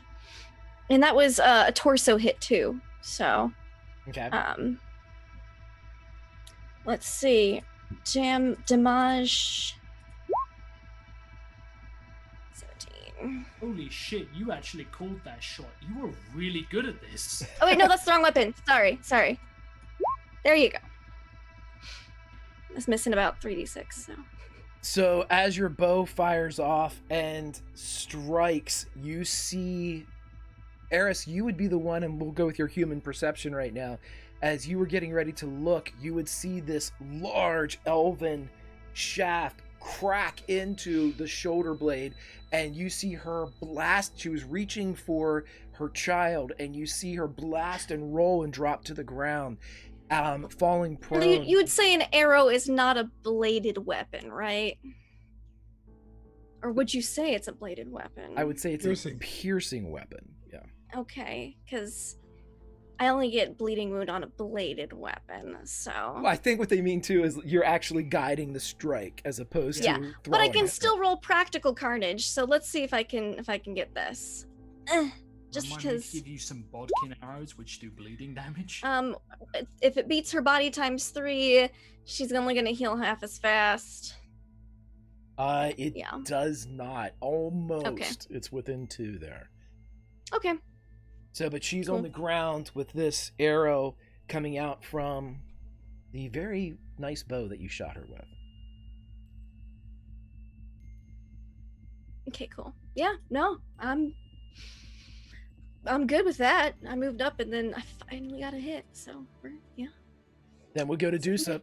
Dusa, as you see Yannicka run up and fire off this shot, striking the succubus, you see that the ogre on the second island has moved into position to face Wim. You see that Eris has fallen through a bridge and pulled himself back out, and that Ainfra is the next closest to you, kind of catching her breath, if I'm not taking agency away from Prax by saying so.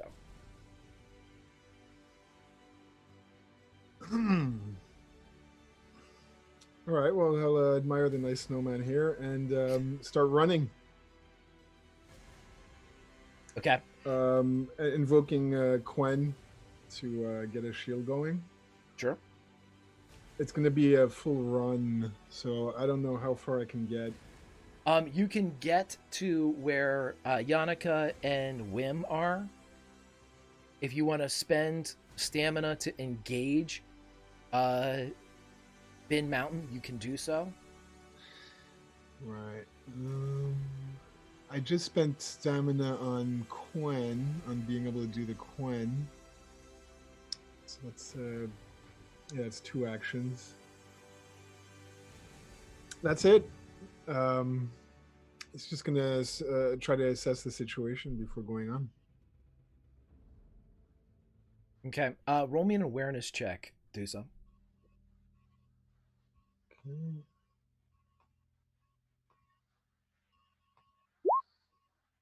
It's 21. JF, as Dusa kind of rolls into this scene, exactly where he's depicted down here for everybody that's looking at home, you're kind of a straight-on view of the waterfall. It's the dominant feature in the scene regardless. But as you look at the waterfall, much like the side of a castle or a tower or a parapet of some kind, whenever a keep or a castle is taken by an enemy, the colors are cut down and the colors of the heraldry of the occupying force is then lowered in banner or unfurled in flag. You see an unfurled pendant come down and begin to wave in the water.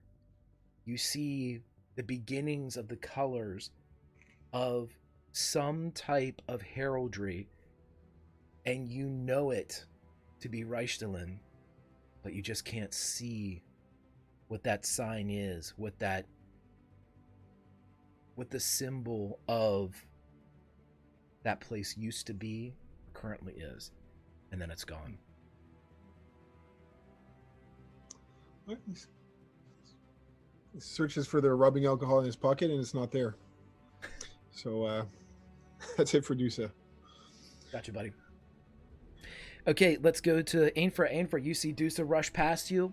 Same scene has been painted before. You see the fall of Eris. You see the approach of Wim. You see the shot of Yannicka. Dusa rushes by. What do you do, mage? Out of curiosity, I know you've tweaked this map, so I wish to make a discussion. Sure, please. Over here, right? Yes. Does this connect here to here kind of thing? Yes, and it's elevated right about here. There's a 20-foot drop. Okay, So- but like I could just walk here, right? These things are connected. I could walk myself right there. Yes, absolutely. Cool. She's gonna do that, and then shout out at the succubus as she's just kind of standing, and say,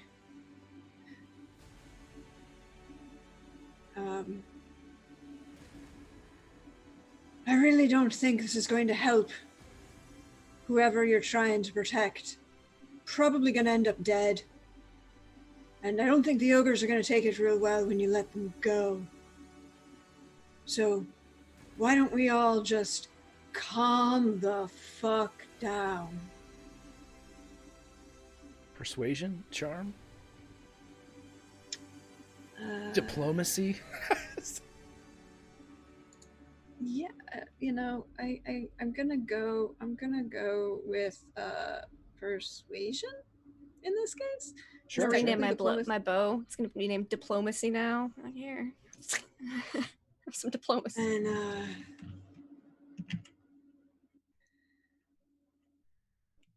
actually, I want to see one last thing before I do that. Roll that, Greg. Sure. No, never mind. Yep, it's not close enough. Yeah. 16.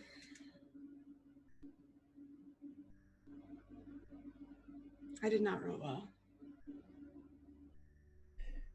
She looks over at you for a moment, and with the elven shaft still sticking out of her, she pulls herself up and is putting her arms up to protect the child behind her. And you see her reach up and she grabs another of the sire bone knit and pulls it free. Roll me an awareness check, as you have line of sight on her at this particular moment. Eris, roll me an awareness too. I'm gonna probably do something stupid. That's 29. That's 30 for me. 30. Oh, okay. You would both see this, Eris, from your position, and even from the distance that you're at, Ainfra, you kind of pick this out. The Broccolon quiets for you for a moment. And again, this is one of those things where you're kind of replacing the words that you can see her mouth, knowing as you're almost reading lips with what she's saying. Eris, you could hear this as she presses the sire bone knit, the large bundle, into the child's chest. Run, someone will help you, run. And you hear the child, I can't leave you, Mama. But the child's holding the bone net. Is it the last one? There's one more still in them.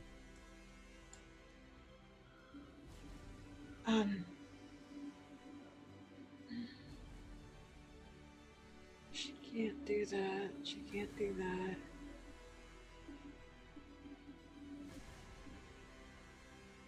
Oh, she's gonna shout out. So you're gonna let all of the dryads here hunt your child while you, in defense of what you've taken from them, you're that low that you won't even stand for your own consequences? You'd let them fall on your child? And then she'd start breathing very heavily. Roll me another persuasion. Cool.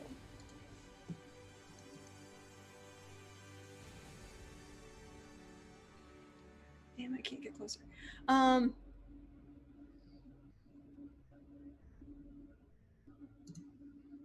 17.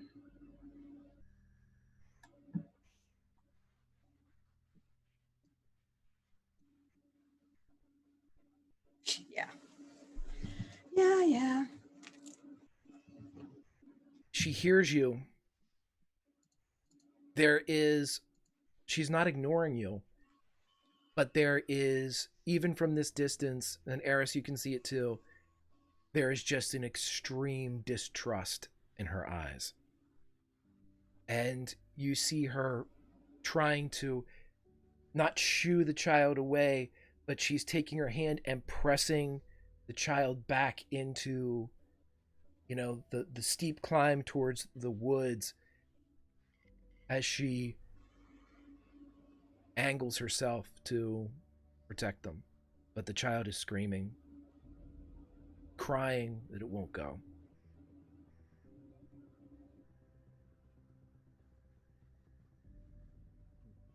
Bin does not move from the rock.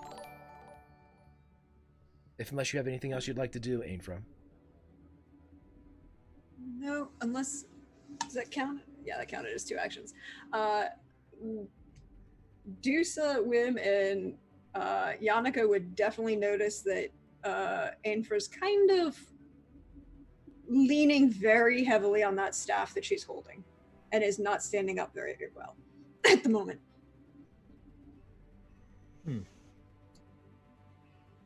Ben does not move from his position on the rock. He just awaits the next person to take to the island. And so we go to Wim. All right. So for his action, he's going to toss a sign and throw a Yurden directly on Ben. For 2 stamina, so he gets -2 to all his physical stuff. I believe it's -2. If I put 2 stamina. Right? Hold on. I believe so, buddy. Yeah, you can only put in your vigor. Correct. Dusa, you are the Witcher sign expert. It's stamina for Yurden, correct? Yes. Yeah. Stamina for all the Witcher spells. It's Vigor is stamina- just how it's much all- stamina you can spend at once. Right. Yep. And it's how much stamina you can spend in a round. Right, and that's the reduction of points, right, per stamina And spent. and is Yeah, your so- vigor set for your class? Yes. Yes. And Okay. There's certain things you Vigor can is do to set- raise your vigor level with Yeah. IP. or class stuff. But yeah, Hmm. your vigor is how much stamina you can spend in a round. All right, cool. So, I got 2. So I'm going to spend 2 stamina, cast that sick-ass Yurden on his feet, and then try to run through his space. And if you crit on this brawling, Greg, You're going to murder me, right? I'm not really. But with high school poetry. Okay, so what do they have to do for this one? This is you coming They're in. just in it. Okay.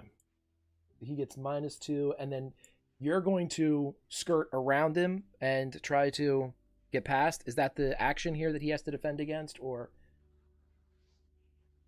Yeah, there's no defense against it, but if he wants to take an attack as I'm running through, he can. He takes a -2 speed and reflex equal to the number of stamina I spent. So he just Right. gets -2 to all that stuff. Okay, yeah, so he's going to go ahead and try to and then stop you I as you get will- past him, but he's moving slow. So -2 to that, 18. All right, and then I'm going to try to dodge that. You're past him. How do you get by him? Please say cartwheel. So he casts Yurden, and anticipating the push kick that he had just felt, he's going to stutter step, and as the push kick comes, he's going to bound over it, roll, and then start running on this bridge to get as far as he can with 8, the speed of 8, that's 24 feet. I will allow you to get as close to or engage Lord Hoyt as you want at the third island. I'm going to get like 1 square away on the bridge. Okay. And then that's that. Mm-hmm. You would see then, my friend, as you move up to the edge of the bridge, much like you just saw with Ben, Lord Hoyt Mountain is standing, kind of waiting for you. It's over here. Yeah, he's just right at the edge, waiting for you to come over. He's kind of resumed his position after Eris has made it through. And if you're done, we jump to your brother.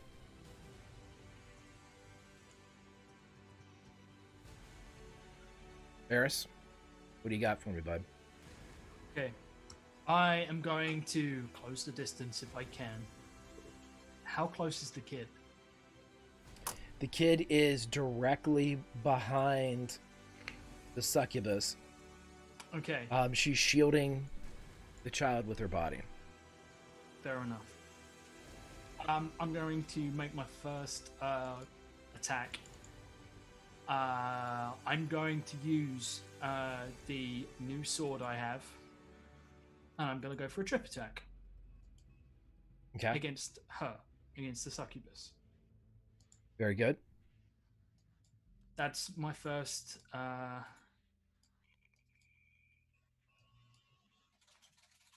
My first move. Is there a minus to that? I can't remember. It's just. No, you come in, it's a targeted attack because you're attacking the legs. And so you target the legs, and then the minus will be generated for, yeah. But I think it's one, I think, for a leg, but if it's anything, it might not even be anything. So just the first one, -2. whatever the first roll is. So that's 33. Okay. Why did I got so many things? Lord almighty. Boop, boop, boop.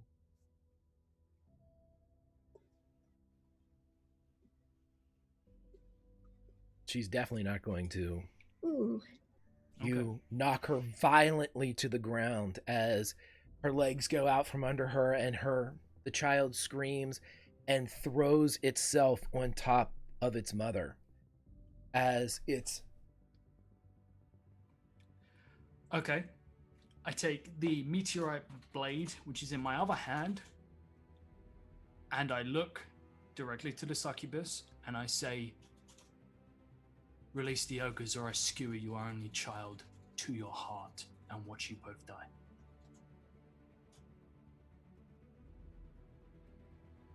From the ground, with her child on top of her, tears pouring out of her cheeks and a still quivering arrow in her shoulder, you see her look down, and Wim, Yannicka, Dusa, Ainfra, you would see the mountains turn their heads, and when they look up, the red is gone from their eyes.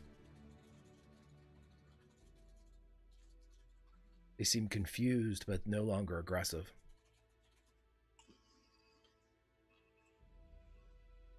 The succubus pulls the child away and just has a hand up, feebly trying to stop the blow she feels is coming. There's one that hasn't been plucked yet. One of these plants hasn't been plucked yet, yeah? Correct. Mm-hmm. I keep the blade hanging above, and to the kid, I say, "Drop the plant. Right now." It does so. And you can tell it looks like a girl wraps her arms around the back of the succubus as she kind of rises to a seated position, keeping the child behind her, but the hand is still up. I tell Tears to collect one of the cyanide, because I have both blades. I can't come out. Okay, that's fair.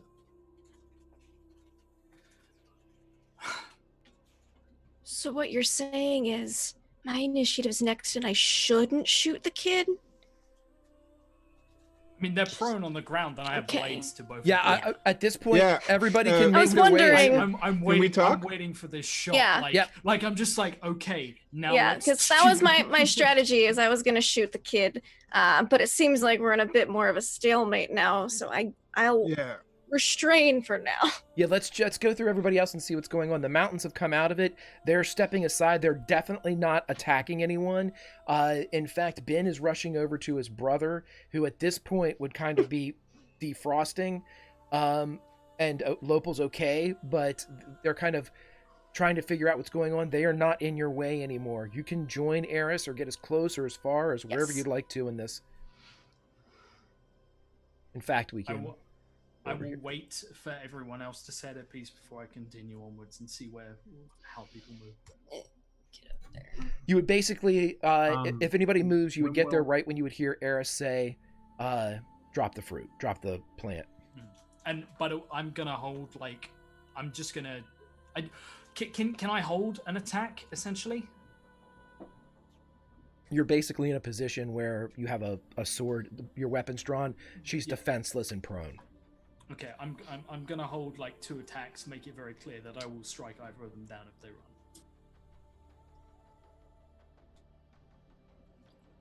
I think Ainfra's gonna come over, and she moves. What the? Okay. And she moves a little slowly, but she's gonna come over and just kind of come up next to Eris and kind of weaves a little as she unfortunately leans against him a little bit. Not intentionally, but there's a moment of fall over and rights herself and says, "Can we now discuss this like adults and how we can fix the problem?" Ainfra, are they across?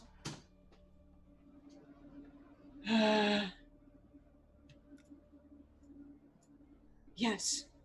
Well, wait. Are Wim and Dusa coming?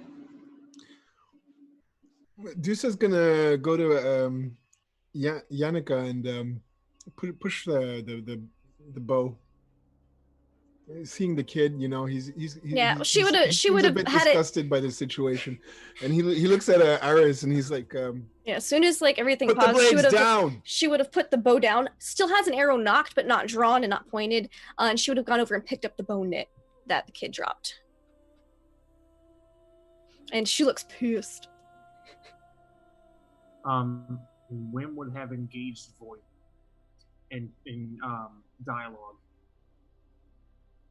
Yeah, Lord Hoyt is makes his way across the bridge, negotiating the expanse that was illusion, and the brothers are taking care of each other, but Lord Hoyt Mountain is there, and he seems to be eyeing the two remaining bone knit. Hey, Hoyt, a word. Yes. There's a succubus there, if you couldn't gather, was controlling the mind of you and your voice. I apologize for our behavior. It is unlike us to fall prey to such machinations. Everyone gets caught now and then. No one got hurt. But there's 2 bone knits and 3 parties that want them. Now, as far as I can see, only one of the 3 ain't worthy. Do everything I can in my power to ensure that you get your bone knit.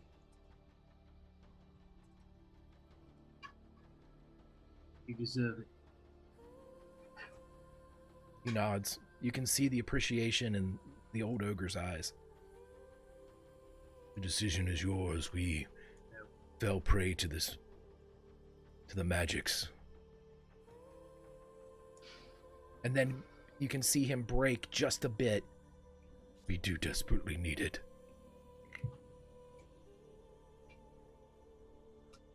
I know, I could tell. But we all fall prey to magics from time to time, as is the nature of the magic. If it were solid science, it'd be less easy to fall prey to. But it is at the whim of the person wielding the magic. It does not look like this succubus is of that great a character.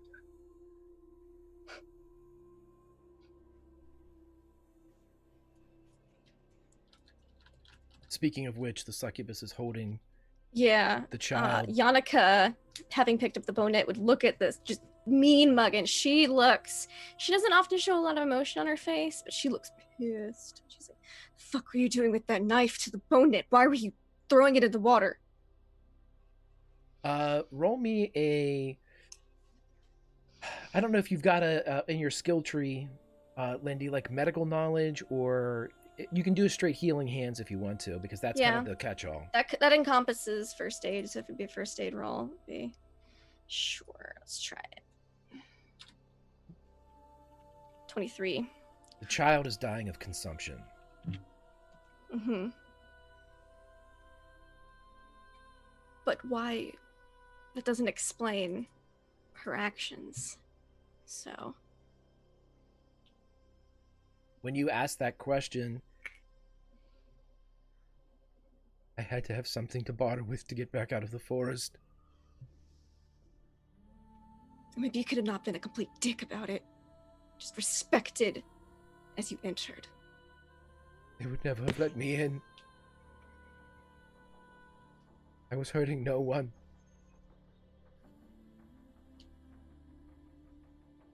You know who you could have negotiated with? The representatives. I don't think that's on the table anymore. We were hunted. I cannot trust anyone with my child. Sounds like you just run out of choices on that matter. What's wrong with the kid? Consumption. Can I make a check to know more about consumption as a thing? Absolutely. Ainfry would allow this as well. I saw what you said in chat, and yes, that is absolutely possible. What would I... I'll take education here. I will take Witcher training because of the disease. I don't get a lot of opportunities to use it, so I'm gonna use education. Let's do it. Hasn't come in as useful as my school teachers told me it would. This education. Barely ever roll it. Not a truer 16. word spoken, right? I will give you this, Eris, as you look at the child. Much like anything in the continent or on the continent, this isn't, not that any consumption is typical or cancer is typical, but you would say that because of the nature of this creature and because of your prior knowledge of succubi, you would know that they are only able to have offspring once in their life. And this child, in all likelihood, is suffering from some type of, I don't want to kind of pigeonhole it as magical consumption, but there's likely something magical about it. Hearing Yannicka say consumption, I give that cold, vicious look towards the kid that hopefully carries very clear intentions, but I will take the blade away from the kid. Now it doesn't have one of the bone near, and I leveled the sword directly at the succubus herself, and I say to Yannicka, is it curable? From what Lindy knows about consumption, odds not great. But from what Yannicka knows, and being just really good at being what she is, what would she think about this kid's condition, Greg? Very advanced. But the bone knit would do it. Mm-hmm. Possible without bone knit? No. Okay. Greg. Yes, Ainfra, you elected to do something. If you so desire, we can do that. Okay. I gave you a couple questions, but she more importantly looks directly, as she was kind of doing some passive things, and Eris would have noticed that his medallion is humming a lot more than it should be, and she just says out loud to the succubus, "If you'd asked nicely, I might have been able to help."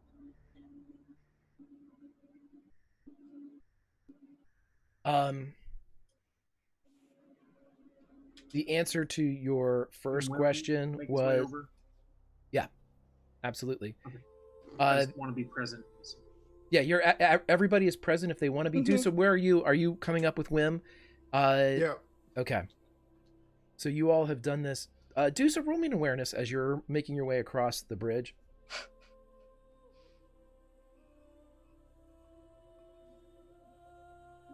Sure. 21. Much like a movie projection screen, you see shapes inside the waterfall. You see 3 of them. But you can divine no features or implements to identify, no clothing. I'll call the others. Hey!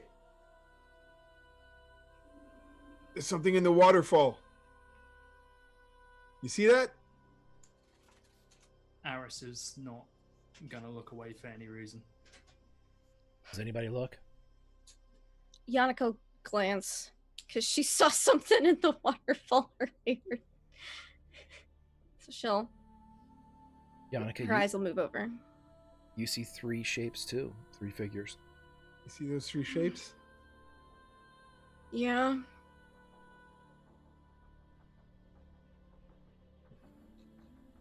Can you make them out? Roll me an awareness. Probably not. Maybe, actually.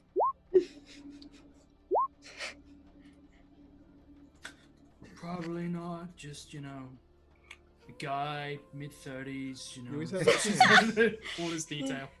Yeah, it looks like he works with his hands a lot. Really buff. Has a haunted look in his eyes. Yeah. Don't know the guy though. It's fine. Yannicka, you see 29. Ezren of Rhilestilen, Ezekon of Kreve, and your sister. Yeah. Squeeze your arm. Who are they? God, you ask so many questions.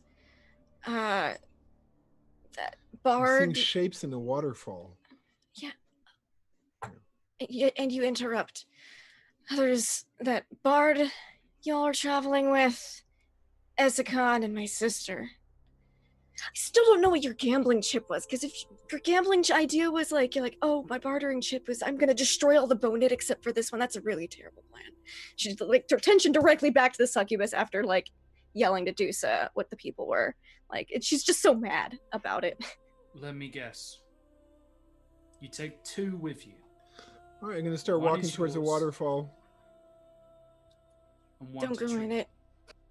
They don't let you free. There's no more bone. That about right? She nods. Greg. Yes. The answer to the first one is yes, and the answer to the second is no. I could have helped you. And then she kind of hears a beat and realizes what Yannicka said and turns to look It was at the real waterfall. offhandedly in between. Yeah, it was real offhandedly, and she was kind of she was really she was really focused on something else at the moment. Turns to look at the waterfall where Dusa is, and unless somebody catches her, she passes the fuck out on the ground next to Eris. Literally just passes out. The succubus catches her. her. No If shit. the succubus moves, I will skewer her. 100%. Just if she moves, I will skewer her. And it's really obvious. Will I be able It's to really try and take a Yeah, reaction to catch her? Yeah. I'll let you catch her for free. yeah. And it's really obvious she's not passing out from what she saw. She just did a fast movement and passed out. Mm-hmm. Dusa, No. Yeah, Yeah. one more. how close to the waterfall do you get? You are right up against it. You can feel the temperature, the cool coming off the... Yeah, and as he gets closer, he'll start calling out to them. Ezren! Ezekon! You see Ezekon look. And against the waviness of the rushing water, you see his hand come up.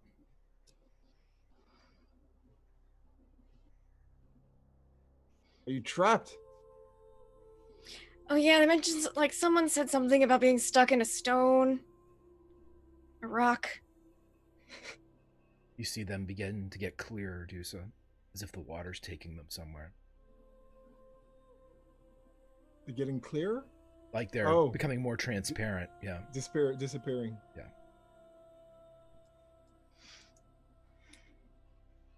Tell me where you are! In a rock. He points, but his finger leaves the water and points due north. Then he's gone.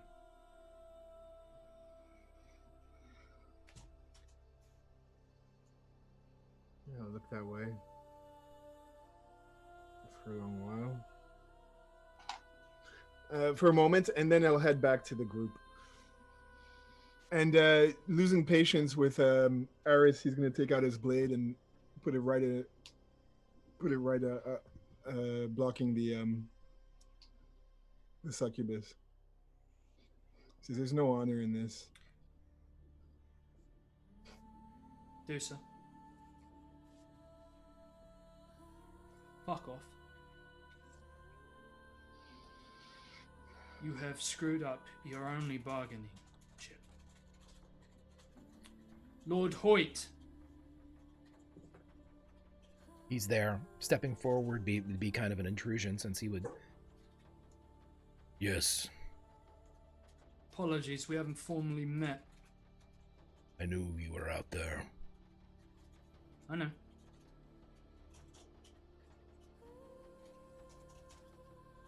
How long does she have? There's a pause.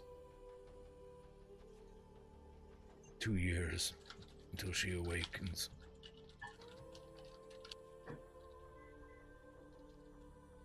Yannicka. How long does the kid have? Best guess. Days. Days. Maybe.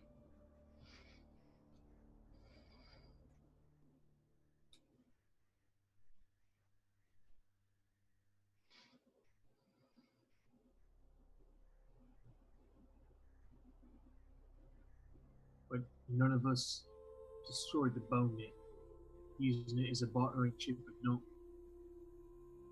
You made a mistake. What Just is like that the way ogres who came in here under false pretenses to steal something They that thought doesn't they were belong doing the to right them. thing. They obeyed the old ways. They did.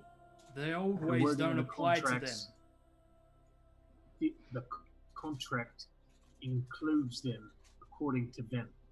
It does not explicitly say in the wording that it does not. They've got a loophole. The succubus does not. We've got the weight of a civilization hanging on his bonnets.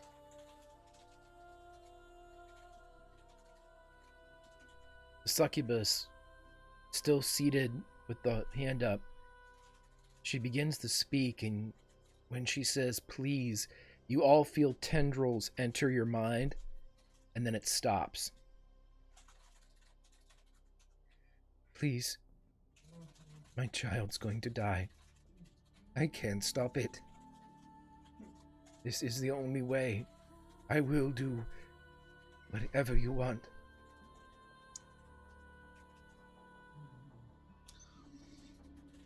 I looked at Dusa.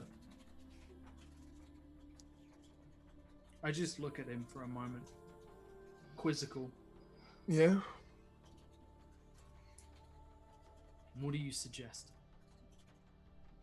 Give it to the child. I Three feel that- questions. No, absolutely not. I cannot Three let that questions, Greg. Can you let a child die? Yeah, all the time. Three questions, I Greg. can't. happen. The weight is on the mother. The weight is on the succubus.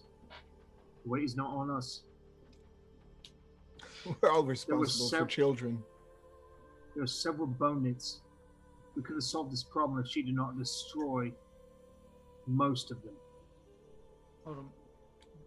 Lindy Lindy. had questions. Three. Yes, I had three questions. First question, how long does it take for bone to regrow?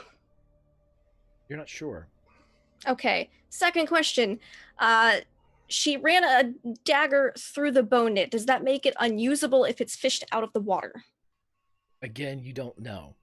Okay, it's worth a shot. Third question, what does a child of a succubus grow up to be? Again, you The don't- answer is succubus. Okay. You don't know. She'll ask one of the witchers then. What's a succubus's kid grow up to be? I believe An adult. they grow up to be a succubus. Everything I asked you about the other day would apply to them, right? They would be, you know, they would be a unique individual. Correct. They are a mixture of the succubus and the person that was the other half of the equation. Yeah, but they are primarily a succubus. Like, for example, the mother in front of me presumably was sired by a succubus and a mortal of some other race. Potentially, yeah. Yeah. A lot of the original succubi came from just the convergence, so you're not sure how many came over, but but you all do know that they only procreate once during their life. Desperation causes the worst out of people. The ogres are desperate. If they came in, they followed the rules and they were honorable. What, Lady Succubus, came of that elven scouting party?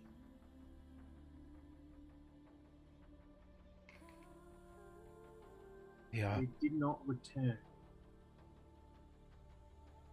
She points down to the beach on the far side of the pool behind the waterfall.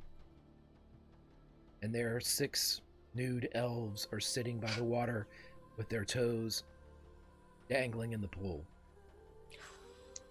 Poor Archer. Oh, in the water. I've had a tough time. But they're elves, right? Does that mean same deal with water as human? It means you forget. Yeah. You're not sure how long that lasts.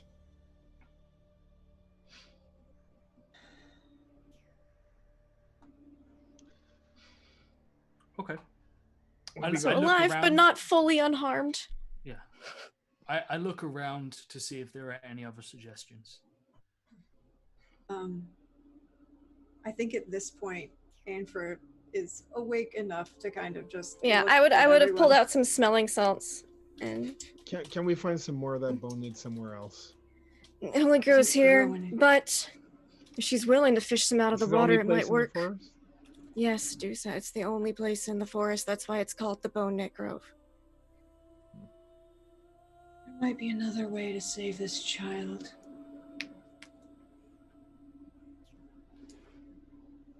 But I can't do it here, and I can't do it now.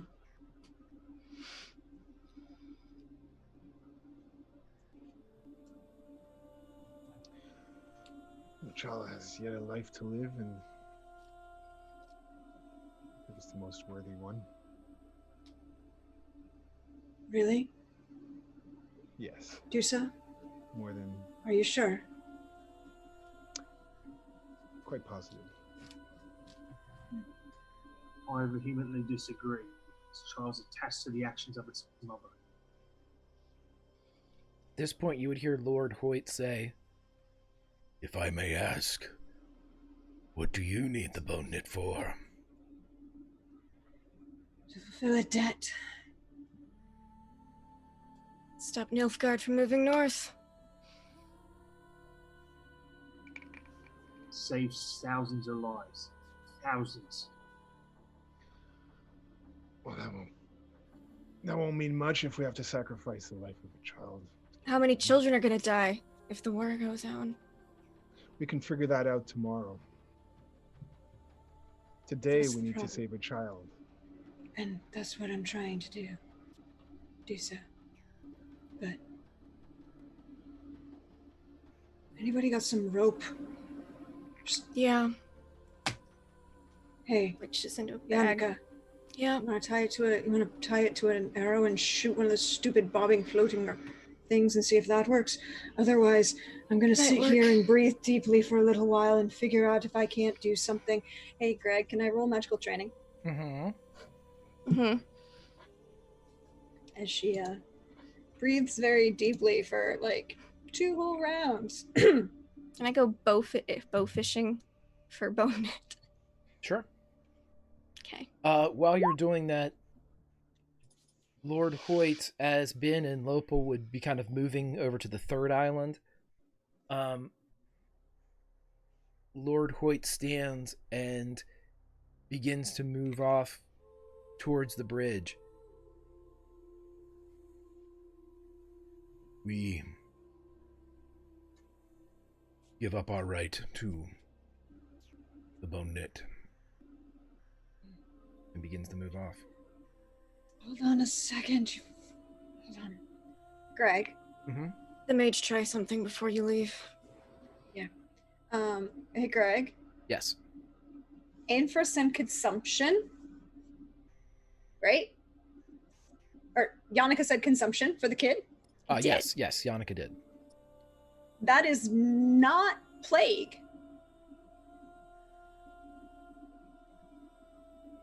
Yeah, but yes, it has magic associated with it as well. That's okay, but it's not plague. Sure. The cleansing ritual will heal anything, poisons, diseases, intoxicants, of anything, venoms, except plague. The problem being that this is magic based. Much like the hex that was for Sheila. This succubus has tried everything, and with access to magics, she would have, in all likelihood, given this the old college try. Okay, so I can't work in a dispel and a cleansing ritual together to do the same, to combine them together. Get the bone knit up from the water, and we'll have a conversation real quick, because I know we're running over here. I want to make sure we... You want me to roll archery? You have multiple shots with this, so eventually you're going to hit. Yeah. Pull it back out. With the magical training roll that was already there, give me a healing hands roll, Yannicka, and I'm going to give you all some information, and then you will all be able to figure something out. There's some magic bone knit. The bone... It's just a little it's just got a little forgetful water in it. You might be cured, but you won't remember anything. And that's exactly what it is. The bone knit is still viable, but for whoever it uses, they will remember nothing of the life they had before. Well, this doesn't sound bad for a kid who's been sick a while. I throw it over to Ainfra. Can I heal your child? Or can we heal your child? We let the nice ogres heal their mother, wife, unfortunate woman, and we can all go home. Do I'm gonna fish out another bone knit. Do they say out loud that the bone knit doesn't have them remember? Yeah. Yeah, probably. Yannicka will mention that. I don't care what ails you, you just won't remember. You can get an extra one. Yeah, she chucked how many down here? 3? Give me a moment. Win, what did you say, bud? I feel like Aglavon might need one of those as well. The forgetful ones? I'm wholeheartedly agreeing with my brother, but unfortunately I'm not going to say anything like that because that's nothing to do with any of the people present. Yeah, Yannicka's going to try to get... I don't really want to be like, yeah, your mum and your child are less valuable than some pretentious fucking noble we all hate. I don't really want to get into that debate, so... Yeah. You just you got what, like 6 years of life to forget? It's fine. It's not bad. And won't remember being ridiculously ill and in pain, and this traumatic experience of mom getting ambushed by a bunch of ogres and some crazy people. How old is the kid? The child looks very young. Looks 4 or 5. Yeah. Okay. They won't remember that as an adult anyway. I look towards the succubus and I say this.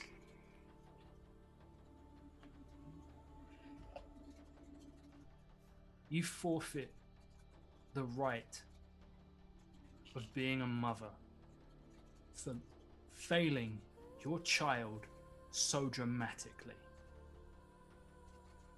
You sacrificed your only option, your only way of leaving this place. So you lose all of those memories, and you have one chance to redeem yourself, if it works. If not, you live with that. Is that... And I will steer the blade gently away, but keep it ready.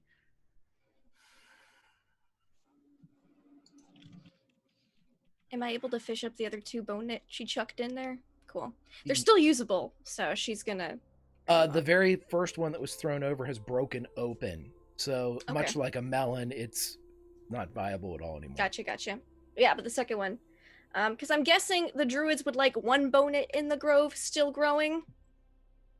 If that, because they didn't want people to take too much. Yeah, is what their concern was. Right, to answer your questions too about, this is sire bone knit. This is where all the bone knit comes This is from. So, right, yeah, regular bone knit, you can find that in a regular forest, but sire bone knit is special. Yeah. So, in order to keep the... Oh! Okay, so, in order to keep everybody happy, including the druids, she's gonna leave that 1 bone knit growing. We have 1 plucked up for ourselves. The succubus child is gonna get one of the forgetful ones, and she's gonna approach Lord Hoyt and say, so based on the information you told me earlier, your wife's cursed. The curse is based on a memory, some traumatic emotional events. She has this. She'll forget all about that. It shouldn't be a problem anymore. Not only will it heal her, it should remove the curse. You'll have to make new memories with her, though, but you won't resent any of the other negative risks. Roll me a persuasion. Oh, that's my worst stat. I'm out of luck. I will try my best. You know, it's about what I expected. She has very little empathy. It's a very business kind of way of talking. Right, and it's not like you're convincing Lord Hoyt to do this. It's Lord Hoyt was basically deciding whether or not he was just going to leave entirely and not take any of it. But you convince him enough to take one of the forgetful ones. Yeah, look, it's just gonna go to waste if you don't take it. He, like the first time he saw you in the glen, takes a knee, and over on the 3rd island, his boys take knees as well. He takes it from you and puts it into a satchel at his hip that expands like a leather bag that probably holds a sandwich for him. But he puts it in there, and I'd leave the top open, let it dry out a little if you can. He does so. If you ever need us. And he reaches into another packet and produces a seed pod. Break this on the wind. Thank you. Thank you. And he nods and gets up. And the mountains on the 3rd island nod. And they begin to move away from the space. The youngest looking forlornly down at the water and the red splash of his helmet deep down there. And you hear as you're walking, I know I could fish it out. I just need a big stick, a rope, a hook. As they depart the area. Can we, Yeah. move somewhere else? I don't want to try this here. Yeah. I can work on healing the child. I'll help. And as these decisions are made, just as you all are preparing to leave the area, Lopal Mountain comes running back in with a huge deadwood stick that apparently has fallen and he didn't have to cut off. And he puts it above his head. Got one! And that's where we'll end this session of Witcher Family of Wraiths. Yay, friends. You all are dope. All right. Let's go around and talk to everybody. And I know Billy is having problems with his internet and can't hear, so he is a trooper. We have 2 troopers in the show. One absent, one here. Both never forgotten. Let's go around in opposite order. JF, my friend, how are you? Where can we find you online, my friend? And I just wanted to say thank you, especially to Trooper, for cutting that track just for his night. And I love that whole dynamic. But my friend, how are you? That was super cool. That was that sounded like Trooper, like on City of Lights and Shadows, like kind of like 1940s. Right. It kind of reminded me of that, and I was like, "What's going on?" And then I was like, "Oh, okay, this is The Witcher. This is it." But no, that was an awesome moment. That was so unexpected. So it's such a beautiful surprise. Didn't have much luck today with the rolls, but I did enjoy the encounter. Fucking crazy map, beautiful. Forming the chain, that was awesome. Yeah, no, this was quite spectacular. You can find me on Twitter, Double Crits, and Fridays on City of Light and Shadow with Foxhole and Friends. Absolutely. Let's drop down to Josh. Josh, my friend, how are you? Where can we find you online? And a lot of good stuff. We got a little Gaunter or Dim in there. Gaunter Grim. Yo, was Oh, that? what was that? That was a slip. Freudian slip. That was a slip. Like that. Yeah. I saw Carbon in there, and I was like, oh, Gaunter Grim. Yeah. Oh God. Okay. Well, me. That was a hell of an episode, guys. I want to encourage you, if you're ever watching, if your DM ever looks at you and is just like trying really hard to hide a grin, and is like, you know what would be great? Those are the moments, and this is something I would say as a DM and as a player. There are these great moments where you get to play collaboratively with the DM and help tell a story, and they build the world and they make it like incredibly in depth and engrossing, and that's an amazing experience to be in. But consider throwing your DM a bone once in a while, because you know what, like they put a lot of hard work in, and honestly, I don't regret it. It was wonderful.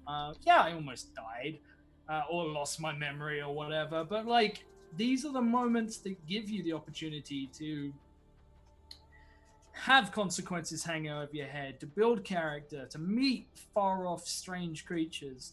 And yeah, it was made all the better for it. I don't regret it in the slightest. As for me, you can find me online at roleplayers_TV, where I do a bunch of nerdy roleplay stuff. Usually on a Friday, you would find me over on Encounter Roleplay, where I would be playing in Haunting Seawall Orphanage. However, Encounter Roleplay is having a week off this week. It is their season break. However, that does not mean we have seen the last of Seawall Orphanage, where some crazy shit happened last episode. No. We have a couple more episodes still to come. You can also find all the stuff on YouTube, and if you are on YouTube and you're like, hey, I really wonder what would be great to watch, you know what would be great to watch? Witcher, Family of Wraiths. Back to you, Greg. Thanks, buddy. Let's jump over to Lindy. Lindy, my friend, how are you? Where can we find you online? And excellent work on the memory-based curse for the mountains. Very well done, my friend. It hit me like a light bulb moment, Greg. I was like, oh, wait, this is perfect. So, yeah, I was very excited about that. That's my exciting moment, as me remembering things. Yeah. But I determined that today's episode was more akin to Chutes and Ladders than The Floor is Lava, with how much we were falling today. But, you know, Win caught me. I caught Wim. I feel like we're pretty even now. Even if Wim was able to get himself back up, he didn't fall all the way. So, you know, pat myself on the shoulder there a little bit. But yeah, that was super fun. A lot less fighting than I thought was going to be involved. Yeah, I was expecting a lot more injury and pain. You all are awesome at fighting. I I wanted falling into water. I thought that would be. Well, you almost had it many Almost. times. I loved. This is giving me so much to think on for next week, and I cannot wait for next week. I'm so excited. You can find me online at LaughLoveLindy, Twitch, Twitter, YouTube, etc. I play and GM a lot of tabletop RPGs. If you like watching me and Greg in tabletop RPGs, you can catch us here on Friday for Aether's Walkway. It's super cool. I got a mask, and our other Witcher family member, Trooper, is there that night, that afternoon as well. It's super fun. And if you like to see me and Greg all goofy super fucking early in the morning, then this Saturday, Teenagers from Outer Space on my channel is going to be happening, which is super duper fun. It's like 80s Saturday morning cartoons. It's great. We have a blast. I'm so excited about it. And just follow me on Twitter for the rest of my regularly scheduled stuff. It's pretty usual. So thank you all so much. This was wonderful. Thank you, my friend. Thank you. And let's jump up to Billy, who powered through the terrible internet gremlins and cashed in another fantastic performance. My buddy, where can I find you online? And F that person upstairs. You're never loud enough for me. Yes. So, and the thing is, like, the pounding on the ceiling came during, like, just after I got so excited about that Iron Man moment. So it's like, I felt great. I did this awesome thing. And then thump. And then it's like, oh, I'm an adult. And now I just have to repress all of my anger because I can't do these things because of legal consequences. So this is going to be awful. Yeah, this was a really great episode for a lot of reasons. I love the puzzle aspect of it. I loved the moral dilemma of it. I love the fact that several members of our party got to like showcase bits of what they do. And I really, as a player, am interested in a moral conversation about honor as whim with Dusa. I think that is something I think needs to happen somewhere down the line. As he listens, but I think there's a lot to be gained from that. But yeah, thanks, Lindy, for helping me out. Thanks for helping me remember all my stuff, and for Dusa for also doing that. And I'm really upset I couldn't piggyback Ainfra through the entirety of the fight. But yeah, this was awesome. Of this game, of this crew. You can find me Bill of the Force on Twitter. There's only a couple episodes left of our Symbaroum game, Eyes in the Dark, on WebDM on Tuesdays at 7:30. So do tune in for that. It's going to be a doozy as we wrap that one up. That's going to be super hardcore. And then we're going to continue to plow through with awesomeness in The Witcher. You're not going to find stuff this good anywhere. And I'm super stoked to be a part of it. Love you, buddy. Love you. And like I said, if you need somebody to, I don't know, give you a good alibi, I'm here. No one else heard that. Anyway, let's jump up. Same. Hard same. Let's jump up to Prax. Prax, my friend, where can we find you online? And also, I apologize. I swear to you, at some point, you are going to destroy with that spell. Brockalon just had different ideas. How are you, my friend? Oh, I know. I'm okay with it. I had lots of fun. I enjoyed it. I do love that as of right now, everyone has seen Ezekon except Ainfra. I love how that looks. And I can't wait to see what happens next in the story and where it goes and the complex things that are building out of this and where everything comes from. And we'll see what happens. But as for me, hey all, you know me, I'm at Deirdre on Twitter, Praxcorth as Meaphorias, you see me around on Twitch. Tomorrow, you can find me over on Wandering DM for hashtag Thirsty Thursdays as we play some Dragon Age, The Search for Anders, and Anders is maybe the secondary focus of this campaign. It's definitely the complex and fun interpersonal relationships of everyone going on in this game. And then Friday over on Wandering DM, we're going to have something super, super fun. We get to create our characters with the not yet released rules for Cyberpunk Red from Martel Saurian. And we're going to be so much fun with that.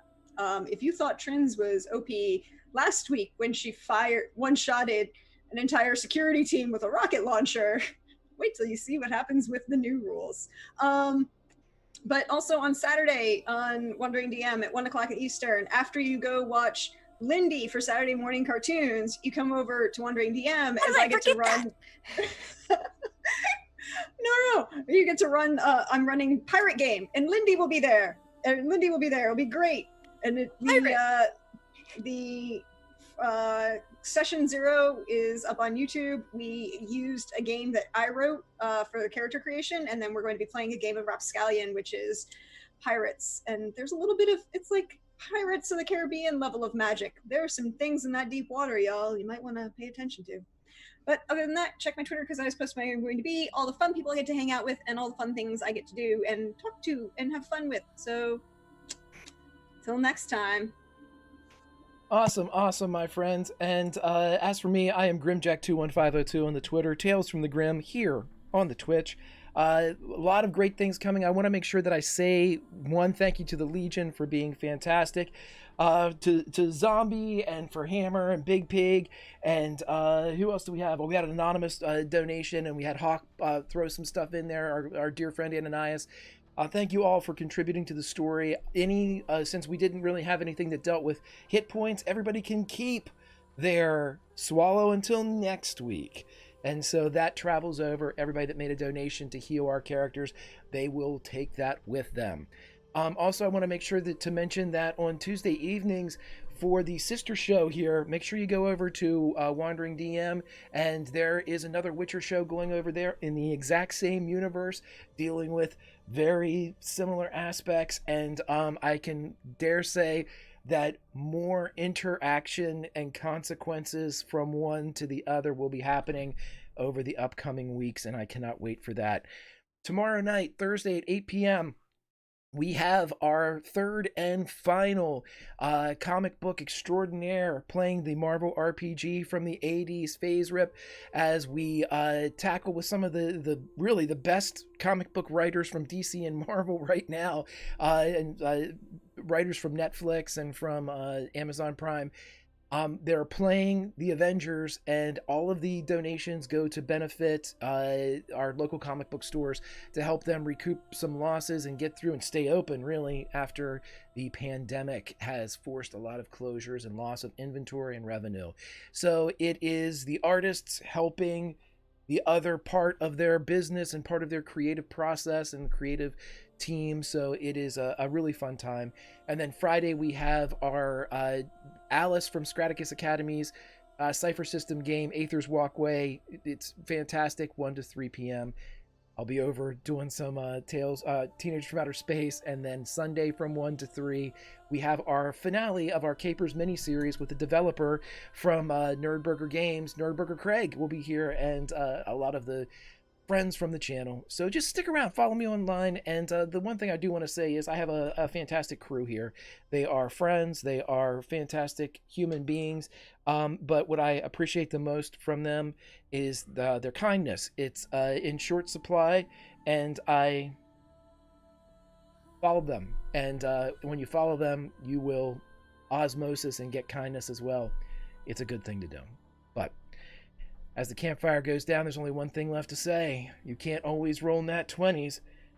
We had a couple of them today, but you can always role play and make deals. Talk to Gonter O'Dim, Gonter O'Grim. I mean, what? See you next time.